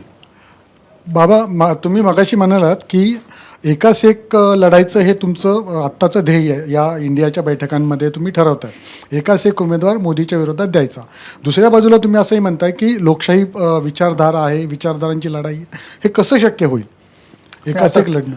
कारण आम्हाला आमच्या बरोबर इंडिया आघाडीमध्ये जे 28 पक्ष आहेत ते बहुतेक सर्व लोकशाहीमध्ये विश्वास ठेवणारे लोक आहेत. त्यांचं बहुतेकांचं त्याच वेळी त्यांनी एकाच एक पण करायचं आहे. हे तर मोदीची विचारधारा आहे ना, एकाच एक. नाही अध्यक्षीय पद्धतीसारखी. आमच्या सगळ्यांचे एकाच एक म्हणजे आमच्यापैकी कोणीही एक उभा राहिला तरी तो त्या विचारधारेचा समर्थक असेल आणि मोदींच्या विरोधात लोकशाही वाचवण्याकरता, संविधान वाचवण्याकरता तो असेल. आता आमच्यात थोडेसे खुटपट होईल जरूर, आपण म्हटल्याप्रमाणे काही लोक नाराज होतील, पण एकंदरीत 2 उद्दिष्ट की ही भाजपची जी घोडदौड चाललेली आहे हुकुमशाहीकडे ती थांबेल, लोकशाही वाचेल, संविधान वाचेल आणि मग जे इन्क्लुझिव्ह डेव्हलपमेंट आम्हाला जे करायचे, लोकांना सर्वांना एकत्र घेऊन करायचे, किंवा जो प्रयोग आम्ही UPAमध्ये केला, राईट्स बेस्ड लेजिस्लेशन, अधिकार देऊन आम्ही कायदे केले, त्या दिशेने आम्हाला जायचं आहे. यामध्ये आमच्या सगळ्या लोकांचं एकमत आहे. आम्ही UPAमध्ये तर आमचं आघाडी सरकार होतं पहिल्यांदा, कम्युनिस्ट आमच्याबरोबर होते, सगळ्यांना विश्वासात घेऊन आम्ही कारभार त्यावेळेला केला. त्यामुळे आत्ता आमच्याबरोबर जे 28 पक्ष आहेत त्यांचं वैचारिक एकमत आहे. तिथं स्थानिक आमच्या लढाया असू शकतील, पण आमचं वैचारिक मत आहे की हे आमचं उद्दिष्ट आहे की आज देशातली लोकशाही वाचवायची, देशातलं संविधान वाचवायचं. याबद्दल कुठेही दुमत नाही. राज्य पातळीवर एकाच एक म्हणता म्हणजे इलेक्शनच्या दृष्टिकोनातनं, मग पंतप्रधान पदाच्या उमेदवाराच्या बाबतीत किंवा चेहऱ्याच्या बाबतीत एकाच एक ते धोरण का नाही? तर असं आहे की भाजपला ही निवडणूक अमेरिकन राष्ट्रपती पदाच्या निवडणुकीसारखी करायची आहे, पण आपली ही संसदीय लोकशाही, आपली 2 पक्षाची निवडणूक होते, त्या पक्षाचा प्रमुख जो ठरेल तो पंतप्रधान होतो. पण भाजपचा प्रयत्न आम्हाला चिडवायचा चाललेला आहे. हमारे पास तो मोदी है, तुम्हारे पास कौन है, म्हणजे आमच्यात भांडण लागावी आणि आत्ताच मारामारी व्हावी की आमचा कोण पंतप्रधान पद, ते आम्ही टाळणार आहे. आणि ह्याचं आपल्या देशामध्ये एक ज्वलंत उदाहरण 1977 सालचं आहे. इंदिरा गांधींचा पराभव करण्याकरता जयप्रकाश नारायण यांनी जे एक आघाडी उभी केली होती, त्यावेळेला त्यांच्याकडे काही नेते नव्हते का? मोरारजीभाईंपासून, चरणसिंगपासून, चंद्रशेखरपासून कितीतरी दिग्गज नेते होते जे सर्वच्या सर्व प्रधानमंत्री होऊ शकले असते, पण त्यांनी त्यांच्याकडे ती राजकीय उंची होती, त्यांनी ते सगळ्यांना थांबवलं आणि इंदिराजींचा पक्षाचा पराभव केल्यामुळे त्यांचा स्वतःचा देखील पराभव झाला. पण नंतर पुन्हा किती दिवस सरकार चाललं, काय झालं ही गोष्ट वेगळी आहे, परंतु पराभव झाला. तर ते मॉडेल आपल्याला आणता येईल का? हां, ते बरोबर आहे ना. तेव्हा JP सारखं नेतृत्व होतं, आता ते नाही. पण JPचं नेतृत्व नसताना आपल्याला ते JPने जे केले ते करता येईल का? हा आमच्या समोरचं चॅलेंज आहे. पण मग पुढे वाद होणार नाहीत कशावरनं? म्हणजे नेता ठरवायची वेळ येईल तेव्हा मग सोपी गोष्ट आहे. 543 पैकी 272 खासदार ज्याच्याकडे असतील त्या पक्षाला सत्ता मिळेल. जेव्हा आम्ही भाजपचा पराभव करू म्हणजे काय करू, तर भाजपची संख्या 272 पेक्षा कमी होईल, 200 होईल, 220 होईल, 190 होईल, काय होईल, आमची जास्त येईल. जेव्हा आमचे 300, 350, 450 खासदार घेतील, आता 450 वगैरे म्हणजे धाडसाचं ठरेल बहुतेक, पण आमचे जेव्हा आम्ही भाजपचा पराभव करू तेव्हा आमचे 272 पेक्षा जास्त असतील. त्यावेळेला आमचे खासदार बसतील, आपला नेता ठरवतील, निवड करतील, त्यामध्ये काही चर्चा होईल. आता 10 वर्ष समजा काँग्रेस पक्षाला इतर पक्षांनी मदत केली, आता इतर पक्ष म्हणू शकतात की आम्हाला संधी द्या, पण ती संख्याबळावर असेल. काँग्रेसची जर संख्या मोठी असेल तर मग ते सरकार चालण्याच्या दृष्टीने काय करायचं ठरेल. पण मला वाटतं करता येणं शक्य आहे आणि हे केल्याशिवाय पर्याय नाही आम्हाला. म्हणजे फक्त एक चांगली म्हणजे आयडियल सिच्युएशन म्हणून मी म्हणत नाही, ह्याच्याशिवाय पर्यायच नाही ना. पण तुमच्या लेखी या इंडियाचं जयप्रकाश होण्याचं क्षमता किंवा ॲक्सेप्टन्स सोनिया गांधींचा आहे का शरद पवारांचा आहे? हे इंडियाचे JP कोण होतील? कुणीही केलं तरी आम्हाला हरकत नाही, दोघांनी मिळून केलं तरी चालेल, एकट्याने केलं तरी चालेल, पण हे घडवलं पाहिजे. जागा वाटपाचा प्रश्न किचकट आहे, अवघड आहे, त्यामध्ये वाद होऊ शकतात किरकोळ, पण ते वाद मिटवण्याची ताकद ही या लोकांच्याकडे आहे. ते बोलू शकतात, बैठका करू शकतात, त्यांनी ती भूमिका केली पाहिजे. आणि मला वाटतं की आज ही निवडणूक जर आम्हाला सगळ्यांना इंडिया आघाडीला जिंकायची असेल किंवा भाजपचा पराभव करायचा असेल तर हे करावं लागेल, कोणीतरी ती भूमिका घ्यावी लागेल. एक व्यक्ती असावी असं काही गरज नाही. बाबा, भारत जोडो यात्रेच्या नंतर आणि पूर्वी आता पूर्वी राहुल गांधींबद्दलची एक प्रतिमा फार वेगळी होती, भारत जोडो नंतर फार वेगळी झाली. तर आत्ताची त्यांची परिस्थिती बघता आणि काँग्रेसचं देशभर जे नेटवर्क आहे हे सगळं बघता तुमची म्हणजे नंतर ज्यावेळेस उमेदवार ठरेल किंवा निवडणुका होतील त्यानंतर राहुल गांधीच हे पंतप्रधान पदाचे उमेदवार असावेत अशी भूमिका असणार आहे का? नाही बघा, मी पहिल्यांदा सांगितलं माझी स्वतःची भूमिका, ती पक्षाची भूमिका काय असेल ते पक्षश्रेष्ठी ठरवतील. पण मला असं वाटतं की आज देशासमोर अगदी म्हणजे फक्त घोषणाबाजी करता नाही किंवा भाषण करण्याकरता नाही आहे, खरोखरीच ज्या प्रकारे संस्थांचा गैरवापर चाललेला आहे, ज्या प्रकारे प्रत्येक बाबतीमध्ये आता एक नवीन टूम निघालेली आहे की एक मुख्य चौकशी अधिकारी, चीफ इन्व्हेस्टिगेटिव्ह ऑफिसर करायचा, अशा प्रकारे घटनेमध्ये जे बदल चाललेले आहेत, जो ईडीचा गैरवापर चाललेला आहे. मी मगाशी सांगितलं की ईडीचा वापर हा आमच्या 10 वर्षाच्या कालावधीपेक्षा 27 पट जास्त झालेला आहे आणि कुणाची अंतिम फैसला होत नाही, कुणाला शिक्षा होत नाही, नुसते अडकून ठेवलं जातं. हे ज्या प्रकारे चाललेलं ते आपण हुकुमशाहीच्या दिशेनं वाटचाल आपली चाललेली आहे. आमच्या सगळ्यांचं एक ठाम मत झालेलं आहे. कायदे बदलायचे चालले, कधी अधिवेशन घ्यायचं कधी घ्यायचं नाही, शेतकरी कायदे ती लादले गेले, कोणाला आवडो अगर न आवडो चर्चा नाही, संसदीय परंपरा मोडल्या जातात आणि त्यामुळे संसदीय लोकशाहीला काही महत्त्व राहिलेलं नाही. आणि ही लोकशाही आपल्याला जी गेल्या 75 वर्षामध्ये परिचित लोकशाही आहे ती राहणार नाही असं आमचं सर्वांचं ठाम मत झालेलं आहे. आणि त्यामुळं मोदींचा पराभव करणं हे मुख्य उद्देश आहे. त्या विचार आता भाजपला मी म्हणतो भाजपचा पराभव करायचा, पण ते मोदींचा पराभव असंही काय येतं माझ्या तोंडातून, कारण आम्ही वाजपेयींचं सरकारही पाहिलेलं आहे. मी त्यावेळेला संसदेमध्ये होतो, वाजपेयी भाजपचे पंतप्रधान होते, पण आम्हाला कधी असं वाटलं नाही की वाजपेयींच्यामुळे लोकशाही संपून जाईल आणि राहणारच नाही, असं कधी वाटलं नाही. आम्ही वेगळी विचारधारा होती, काही मुद्द्यामध्ये आमचं एकमत होतं, काही नव्हतं. बऱ्याचशा मुद्द्यामध्ये ते आम्हाला चर्चेला बोलवायचे, एकत्र बसून आम्ही निर्णय घ्यायचो. आता आम्हाला काय वाटतंय, कारण ही परिस्थिती बदललेली आम्ही पाहतोय. मी इतक्या वर्षाचा ज्या लोकांना प्रदीर्घ अनुभव आहे, त्यामुळे आज खरोखरी आम्हाला भीती वाटते की ही राहणार नाही लोकशाही. पण बाबा, ही जी तुमची भावना आहे ती लोकशाहीच्या बद्दलची जशी आहे तशीच तुमची काँग्रेस संघटनेच्या बद्दलची सुद्धा तुमच्या मनामध्ये काही प्रश्न होते. तुम्ही ते जे पत्र लिहिलं होतं 25-26 जणांनी मिळून, त्या पत्राबद्दल तुमची काय भावना आहे? त्या मुद्द्यांशी तुम्ही आहात सहमत? नाही, मुद्दे आमचे जे आम्ही लिहिले होते ते काय झालं की कोविडमुळे आमच्या भेटीगाठी होत नव्हत्या आणि त्यामुळं राहुल गांधींनी अचानक अध्यक्षपदाचा राजीनामा दिला आणि जवळजवळ वर्षभर काँग्रेसचं अध्यक्षपद रिक्त होतं. एक अंतरिम मॅनेजमेंट सोनिया गांधींनी स्वीकारायचं मान्य केलं होतं. त्यांनी तब्येतीमुळं निवृत्ती घेण्याचा निर्णय घेतला होता. अशा परिस्थितीमध्ये भेटीगाठी होत नाहीत, आपले विचार कळले पाहिजेत म्हणून आम्ही काही 23 जणांनी एक पत्र लिहिलं होतं. ते गोपनीय पत्र होतं आणि ते फक्त अध्यक्षांना लिहिलं होतं. ते मुळात ते पत्र बाहेर कसं आलं हा एक विषय आहे, त्याला उत्तर आम्हाला अजून मिळालं नाही आम्हाला उत्तर.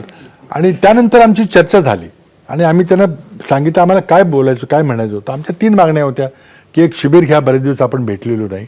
एक, जर राहुल गांधी जर पक्षाचं अध्यक्षपद स्वीकारायला अजूनही तयार नसतील तर मग पक्षघटनेप्रमाणे निवडणुका घ्या आणि संसदीय म्हणजे लोकशाही पद्धतीनं पक्ष चालू द्या, पण रिक्त ठेवू नका, कारण मोदींचा सामना करणं पक्षाध्यक्षपद रिक्त ठेवून करणंही शक्य नाही आहे. त्यांनी सर्व मागण्या मान्य केल्या. उदयपूर शिबिर झालं, निवडणूक झाली अध्यक्षांची, त्यामुळे तो मुद्दा तिथंच पिटला. आमचे खरं म्हणजे जे पत्र बाहेर आलं नसतं, आम्ही कितीतरी पत्र लिहितो ती कधी बाहेर येत नाहीत. हे पत्र नेमकं कोणीतरी मीडियाला दिलं आणि ते सुद्धा सर्व दिलं नाही, असे खोडून काही एक वाक्य असे आउट ऑफ कॉन्टेक्स्ट दिले आणि मग असं वाटलं की यांनी काहीतरी बंडखोरी केलेली आहे. असं काही नव्हतं. तुमच्या विरोधामध्ये मोर्चे निघाले? मोर्चे नाही निघाले, पण तिथं लोकांनी सांगितलं की ह्यांच्या विरुद्ध करा म्हणून. एका दिल्लीतल्या मोठ्या नेत्यांनी इथल्या एका मंत्र्याला सांगितलं की तुम्ही स्टेटमेंट द्या म्हणून. आता हे पक्षात चालतं. पण आमचा मुद्दा, मला वाटतं की आम्ही जो मुद्दा मांडला होता तो मान्य झाला आणि त्यामुळे आज पक्ष बळकट झालेला आहे. G23चं काय स्टेटस आहे आता? नाही, ते विषय संपला. G23 मुळात नव्हते, तुम्ही लोकांनी नाव दिलं होतं. आम्ही काय G23 लेटर छापलं होतं का? G23. माझ्या मनात 2 प्रश्न आहेत. एक म्हणजे इंडिया आघाडीच्या बैठकीच्या पार्श्वभूमीवर मगाशी तुम्ही म्हणालात की चिडवण्यासाठी, डिवचण्यासाठी मुंबईत काही बॅनर्स लागले होते आणि त्याच्यात असं म्हटलं होतं, बाळासाहेबांचा फोटो होता आणि ते वाक्य होतं की मी शिवसेनेची काँग्रेस होऊ देणार नाही. 80च्या दशकाच्या आधी काँग्रेसला शिवसेना आणि शिवसेनेला काँग्रेस कधी राजकीयदृष्ट्या अस्पृश्य होती का, आणि तुम्ही ह्याच्याकडे कसं बघता?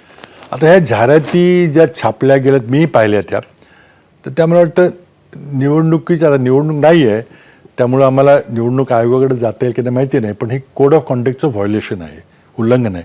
कारण अशा कुठल्याही राजकीय जाहिरातीमध्ये ही जाहिरात कुणी दिली ते लिहावं लागतं. जाहिरात देणाऱ्यांनी का त्याला लाज वाटली की आपण आपलं नाव लिहू नये, निनावी काय केली, हा त्यातला बोलका प्रश्न आहे. आणि ही राजकीय भूमिका असते, त्या पक्षाची भूमिका असते, ती बदलत जाते. त्यामध्ये काही फार आश्चर्य वाटायचं काही कारण नाही. आम्हालाही 14 साली मला विचारलं असतं तर माझी वेगळी भूमिका होती, 19 साली माझी वेगळी भूमिका होती. सद्य परिस्थितीनुसार आपल्याला निर्णय घ्यावे लागतात. आणि व्यापक आमचं काय गोल आहे, हे उद्दिष्ट पुन्हा पुन्हा मी ते सांगतो आहे की आम्हाला आमच्यासमोरचं आजचं उद्दिष्ट असं आहे की या देशात लोकशाही राहणार आहे का नाही, हा मूलभूत प्रश्न आहे. आणि त्याकरता ह्या ज्या तडजोडी आहेत त्या मला वाटतं त्या किरकोळ तडजोडी आहेत आणि एक मोठं उद्दिष्ट आपल्याला साध्य करायचं, त्यामुळे ते करणार आहे. मुंबईकरांनी एका जमान्यात टिळक भवनाचा रुबाब दिमाग बघितला होता. तो दिमाग आज खूप कमी झाला आहे, कारण पक्षाची ताकद मुंबईत त्या तुलनेत जी आधी होती ती खूप कमी झालेली आहे. राहुल गांधींच्या कालच्या सत्काराच्या निमित्तानं पुन्हा एकदा तो परिसर गजबजलेला दिसला, खास करून टिळक भवनचा आणि टिळक भवन. तर काँग्रेसची पुढची मुंबईतली रणनीती काय असणार आहे की मुंबईत ताकद वाढवण्याच्या दृष्टीनं? काल जे चित्र दिसलं त्यांना, आता कालचा कार्यक्रम अतिशय चांगला, उत्साहपूर्ण झाला. एक तर मुळातच 2 दिवसाची बैठक खूप चांगली झाली, अगदी सुरळीतपणे पार पडली. मला वाटतं इतक्या मोठ्या राजकीय पक्षांची बैठक, इतके मुख्यमंत्री विद्यमान आलेले, खूप मोठी क्वचितच होती ही बैठक, फार यशस्वी पार पडली. आणि त्याच्यावर मग अगदी कळस जो झाला तो कालची टिळक भवनमधली राहुल गांधी आणि खडगे यांची सभा झाली. वेळ कमी होता, पण राहुल गांधी खूप मोटिवेट करण्यासारखं बोलले तिथं. पहिल्यांदाच मला वाटतं ते आले होते भारत जोडो यात्रेनंतर. आणि मला वाटतं की काँग्रेसचं रिवायवल होतं आहे. आम्ही रस्त्यात गेलो तर लोकांना माहिती आहे की तुम्ही आमच्याकडे या, सांगा आम्हाला, आणि लोकांचे प्रश्न घेऊन या. आज आपण दुष्काळाच्या बद्दल बोललो, बेरोजगारीचा आणि महागाईचा प्रश्न आहे. 200 रुपये सिलेंडरची किंमत आज मोदींना कमी का करावी लागली? कारण त्यांना माहिती आहे की हा मुद्दा आता आपल्याला हाताळता आलेला नाही. अजूनही ती कमी होईल. आता पेट्रोल डिझेलची किंमत देखील कमी होईल. जशा निवडणुका जवळ येतील तसे आपल्याला कुठं 500 रुपये दिले, कुठं काय दिले, हे सगळं होईल. पण एकंदरीत एक मेसेज आम्ही जो लोकांच्या समोर घेऊन जाणार आहे की मोदींचा अर्थव्यवस्थेवर त्यांचं अपयश फार मोठं अपयश आहे. किती जाहिराती केल्या आणि किती जरी काही म्हटलं तर मी विश्लेषण आम्ही करून सांगू काय आहे ते. आणि त्यामुळं मला वाटतं की आता त्यांच्यामध्ये खूप मोठं पॅनिक आलेलं आहे असं दिसतं आहे.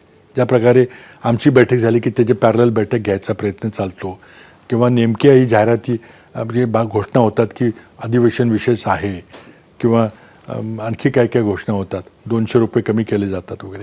ही पॅनिक आहे. उलट एक गोष्ट आहे की मी मगाशी म्हटल्याप्रमाणे त्यांनी ते निवडणुकीची घोषणा केली काहीतरी विशेष अधिवेशनाची, त्यामुळे आमची बैठकीला सुरळीतपणे निर्णय आमचे सगळे झाले लवकर. पण ते आपल्याला ही मोठी लढाई बाबा या संपवताना जो आत्ताचा कालचा विषय आहे, जालन्यामध्ये मराठा आरक्षणाच्या साठीचं उपोषण करणं, त्याच्याबद्दलचं आंदोलन, त्याला लागलेलं पोलिसांनी केलेला लाठीमार, आणि या सगळ्यामुळं वातावरण परत गरम आहे. हा जो प्रश्न आहे मराठा आरक्षणाचा, तो काय आता त्याच्यामध्ये म्हणजे काय व्हायला पाहिजे, कसा हा सुटू शकतो प्रश्न? हे पहा, तुम्ही मला हा प्रश्न विचारला, पण मी मुख्यमंत्री असताना सर्वात पहिल्यांदा मराठा समाजाला आरक्षण मी दिलेलं आहे. आता ते ठीक आहे, ते आमचं विधेयक पास झालं नाही किंवा सरकार बदललं म्हणून ते गेलं, परंतु मुस्लिम समाजाला 5% आरक्षण, ते मुस्लिम समाजातल्या बॅकवर्ड कम्युनिटीला, सर्व धर्माला नाही आहे. आणि मराठा समाजातल्या 16% युवकांना आरक्षण शिक्षणामध्ये आणि नोकऱ्यामध्ये देण्याचा कायदा मी केला होता. अध्यादेश होता तो, पण अध्यादेश हा कायदाच असतो आणि त्या अध्यादेशाखाली लोकांना फायदा मिळायला सुरुवात झाली होती. पण त्या अध्यादेशाला चॅलेंज केलं गेलं आणि नंतर आलेलं देवेंद्र फडणवीस सरकारने त्या कायद्याचा बचाव त्यांना करता आला नाही. तर त्या कायद्यामध्ये काही दोष होता का? तर नाही, कारण 2-3 महिन्यामध्ये तोच कायदा त्यांनी पुन्हा विधिमंडळामध्ये पास केला, एकही अक्षरसुद्धा बदललं नाही. मग आमचा कायदा हा एकदा कोर्टाने रद्द केला असला तर तोच कायदा पुन्हा करायची फसवणूक तुम्ही का केली? किंवा आमचा कायदा जेव्हा कोर्टात गेला होता त्यावेळेला तुम्ही कोर्टाला वेळ मागायचा होता, आमचं नवीन सरकार आलं, तुम्ही थांबा, इतक्यात निर्णय देऊ नका, आम्ही पुन्हा याबद्दल बाजू मांडतो, ते काही त्यांनी केलं नाही. म्हणजे त्यांनी तो कायद्याचा पराभव किंवा कायदा रद्द होऊ दिला गेला. आणि त्यामुळे आता मग तो रद्द झाला. आता हे सगळं लोंबकळत पडलेलं आहे प्रकरण, बरंचसं काही केलेलं. आणि स्पष्ट मागणी आहे की कालचं जे जालन्यामध्ये आंदोलन चालू होतं अत्यंत शांततापूर्ण तरीकेने एक माणूस इथं बसला होता चर्चेला, तिथं पोलिसांनी ते हळूवारपणे न्यायला पाहिजे होतं. मुख्यमंत्र्याचं म्हणणं आहे की त्याची तब्येत बिघडायला लागली होती म्हणून आम्ही हॉस्पिटलमध्ये न्यायला तिथं गेलो होतो. हे आजचं नाही प्रकरण, रोज ठिकाणी बऱ्याच वेळेला असं घडतं आणि त्या हाताळायची पद्धत असते. तिथं जालना पोलिसांनी का बळजबरीनं, का बळाचा वापर केला, का लाठीचार केला मला माहिती नाही. त्यामध्ये त्यांची निश्चितच चूक आहे. आणि त्यानंतर मग जी परिस्थिती पेटली, आता माझ्याकडे काही बातम्या आहेत त्यात म्हणजे कदाचित योग्य असतील नसतील, मी जाहीरपणे त्या बोलत नाही, पण हे प्रकरण पोलिसांच्याकडून चिघळवलं गेलं अशा बातम्या माझ्याकडे आहेत. ते मी मुख्यमंत्र्यांना सांगेन, गृहमंत्र्यांना सांगेन की मला जी माहिती आहे ती खरी आहे का बघा. आणि नंतर जी भडक चित्र आली की फार दंगा झाला, हे झालं, ते कोण त्याला जबाबदार होतं. त्यामुळे कोणीतरी या प्रसंगाची जबाबदारी स्वीकारली पाहिजे, कारण हा प्रश्न फार चिघळण्याची शक्यता आहे जर योग्य हाताळला नाही तर. न्यायालयीन चौकशी झाली पाहिजे आणि मला वाटतं कोणीतरी गृहमंत्र्यांनी या प्रकरणाची कायदा सुव्यवस्थेची एक नैतिक जबाबदारी स्वीकारली पाहिजे. आता ते तिथं नव्हते, ते असते तर काय केलं हा प्रश्न नाही आहे, पण नैतिक जबाबदारी गृहमंत्र्यांनी स्वीकारली पाहिजे. आणि मुख्यमंत्र्यांची जबाबदारी की त्यांनी गृहमंत्र्यांना जाब विचारला पाहिजे की असं काय नाही, पण याच्यामध्ये म्हणजे हे जे आरक्षण आहे ते कसं मिळेल याच्याबद्दल तुमच्याकडं काही वेगळा पर्याय, तोडगा असं काही आहे का? हे पहा, आता काय झालं की आजच्या घडीला केंद्र सरकारी भाजपचं आहे आणि राज्य सरकारी भाजपचं आहे. त्यामुळं कुठं जर त्यांची इच्छा असेल खरं म्हणजे त्या दोघांनी मिळून मार्ग काढता येईल. दोन वेगवेगळी सरकारचे तर मग एक विरोध असतो की आमचं 2.5 वर्षाचं सरकार असतं त्याला का नाही करता आलं, ते केंद्रात भाजपचं सरकार होतं. तर मला वाटतं की हा प्रश्न अत्यंत हळूवारपणे सोडवला पाहिजे, कारण देशामध्ये मागणी होते की 50% अट काढून टाका. बरेच राज्यांनी काढायचा प्रयत्न केलेला आहे, बरेच काही त्याला मार्ग आहेत, परंतु एकदम सगळं थंडगार होतं. आंदोलन झालं तरच पुन्हा प्रश्न ऐरणीवर येतो, नाहीतर पुन्हा सगळे शांत जसे ते सगळं चाललेलं आहे. असे मला वाटतं मराठा समाजाचे अंत पाहू नये कोणी. आणि त्यामुळं आता परिस्थिती कारण नसताना चिघळली गेली. कालची परिस्थिती चुकीच्या पद्धतीनं हाताळल्यामुळं हा प्रश्न चिघळला आहे आणि तो वेगवेगळ्या ठिकाणी बीडमध्ये पण त्याचे प्रतिसाद उमटलेले, ते इतर ठिकाणी उमटायची शक्यता आहे. आज मला वाटतं की मुख्यमंत्र्यांनी सर्वांना एकत्र बोलून, सर्व पक्षीय लोकांना बोलून, संघटकांना बोलून काहीतरी मार्ग काढला पाहिजे. काही स्कॉलरशिप वगैरेच्या सुविधा दिल्या पण त्यांनी लोकांचं समाधान होणार पण म्हणजे म्हणूनच की जर समजा अशी मिटिंग झाली तर तुमच्याकडं काही, कारण ते कोर्टामध्ये गेलं, सुप्रीम कोर्टात गेलं, ते फेटाळलं गेलं पुन्हा, तर त्यामुळं ती जी एक आता अशी स्थिती आली की आता पुढे सरकणार कसं. तर ओबीसी मधून द्यावं आरक्षण, या पद्धतीच्या मागण्या होत आहेत. काय तुम्हाला कसं तो सुटेल असं? आमच्या सरकारच्या कालावधीमध्ये अशोक चव्हाण यांच्या नेतृत्वाखाली एक समिती होती, त्यांनी काही काम केलं. मला वाटतं की हा सर्वांनी बसून, हा राज्याचा प्रश्न आहे, हा एका समाजाचा किंवा एका पक्षाचा प्रश्न नाही, हा राज्याचा प्रश्न आहे. आणि माझी तर भूमिका आहे की दिलं पाहिजे असं माझी भूमिका होती, म्हणून मी तो अध्यादेश आणला 2014 साली. त्यामुळे मी कमिटेड आहे त्या प्रश्नाला. आता सर्वांनी मिळून जर तो सोडवायचा प्रयत्न केला तर सुटू शकेल, पण त्यामध्ये काहीतरी मूलभूत विचार आपल्याला देशपातळीवर करावा लागेल. हा फक्त आज जरी मराठा समाजाचा प्रश्न मराठात असला तरी जाटांचा प्रश्न आहे, गुजर लोकांचा आहे, तिथं कप्पूचा आहे, प्रत्येक राज्यामध्ये असे प्रश्न आहेत. पण हे सगळं मोदींना यामध्ये पुढाकार घेऊन एक लिडरशिप दाखवली पाहिजे, नेतृत्व कला दाखवली पाहिजे की सगळ्यांनी घेऊन आपण हा प्रश्न सोडवू शकतो, पण तो होताना दिसत नाही. एक शेवटचा प्रश्न आहे की आता नवीन सेंट्रल विस्टा तयार झाला, नवीन पार्लमेंट हाऊस. तर मोदींची अशी इच्छा आहे की म्हणजे मोदींना असं वाटतं की 1000पेक्षा जास्त खासदार होतील, राज्यसभेच्या खासदारांची संख्या वाढेल. तर या खासदारांची संख्या वाढल्याचा काय कितपत परिणाम होईल आणि असं होऊ शकेल का? हे पहा, मोदींच्याकडे आता इतकं बहुमत आहे की त्यांना जे काही घटना दुरुस्ती करायची ते करू शकतात, काही करू शकतील ते. आता त्यांना ते मोठं बांधायचं होतं आणि त्यांना ब्रिटिशकालीन ज्या खुणा आहेत त्या सगळ्या पुसायच्या, मिटू इतिहास बदलायचा, त्यांना नवीन इतिहास लिहायचा. आणि आपण पुस्तकामध्ये कसा नवीन इतिहास लिहिला जातो तो रोज पाहतोय. तर ते महिला आरक्षण दिलं पाहिजे, त्यामुळे मग संख्या वाढवा, असे पर्याय बऱ्याच वेळेला आलेले आहेत. आता 2026 साली पुन्हा रिऑर्गनायझेशन होईल जागांचं, त्यामध्ये काय होईल, बरेचसे प्रश्न किचकट त्यामध्येही आहेत की उत्तरेच्या राज्यांची लोकसंख्या वाढलेली आहे, मग त्यांच्या लोकसभेच्या जागा वाढवायच्या का, मग दक्षिणेच्या राज्यांच्यावर अन्याय होईल ज्यांनी लोकसंख्या वर नियंत्रण ठेवलेलं आहे, असे बरेच प्रश्न 2026 साली आपल्याला हाताळावे लागतील. पण मला वाटतं की नवीन पार्लमेंट बांधे, त्यामध्ये सर्वांना विश्वासात घेऊन बांधलं असतं तर चांगलं झालं असतं. आम्हाला एक तर विश्वासात घेतलं नाही, उद्घाटन करायची घाई केली, राष्ट्रपतींना बोलवलं, अनेक आमचे मुद्दे तिथं आहेत. पण संख्या वाढवली, जर एकमत सर्वांचं झालं किंवा महिला आरक्षण देण्याकरता संख्या वाढवली पाहिजे असा पर्याय पुढे आला तर तो आम्ही स्वीकार करू त्यामध्ये. पण चर्चा झाली पाहिजे, ती चर्चा होत नाही, डायलॉग संपलेला आहे. शेवटचा प्रश्न. सर एक विचारायचं होतं, तुम्ही मगाशीच बोललात की जालनाचं प्रकरण जाणीवपूर्वक चिघळवलं गेलंय. हे नेमकं कोणाकडून चिघळवलं गेलंय, सत्ताधाऱ्यांकडून की विरोधकांकडून? कारण की विरोधक बोलतात की सत्ताधारी काही दंगली घडवणार आहेत आणि सत्ताधारी म्हणतात की विरोधक घडवणार. हे नेमकं कोण करतं? कारण की लाठीचार्ज हा काही विरोधक करू शकत नाहीत, हा पोलिसांनी केला. आणि तिथल्या ज्या घटना घडलेल्या आहेत त्याची जे तिथं विटनेसेस होते, साक्षीदारांनी जे पाहिलेल्या घटना आहेत त्यांच्या काही बातम्या आहेत. आता त्या उघडपणे बोलणं योग्य होणार नाही, त्याची माहिती आम्ही मुख्यमंत्र्यांना देऊ.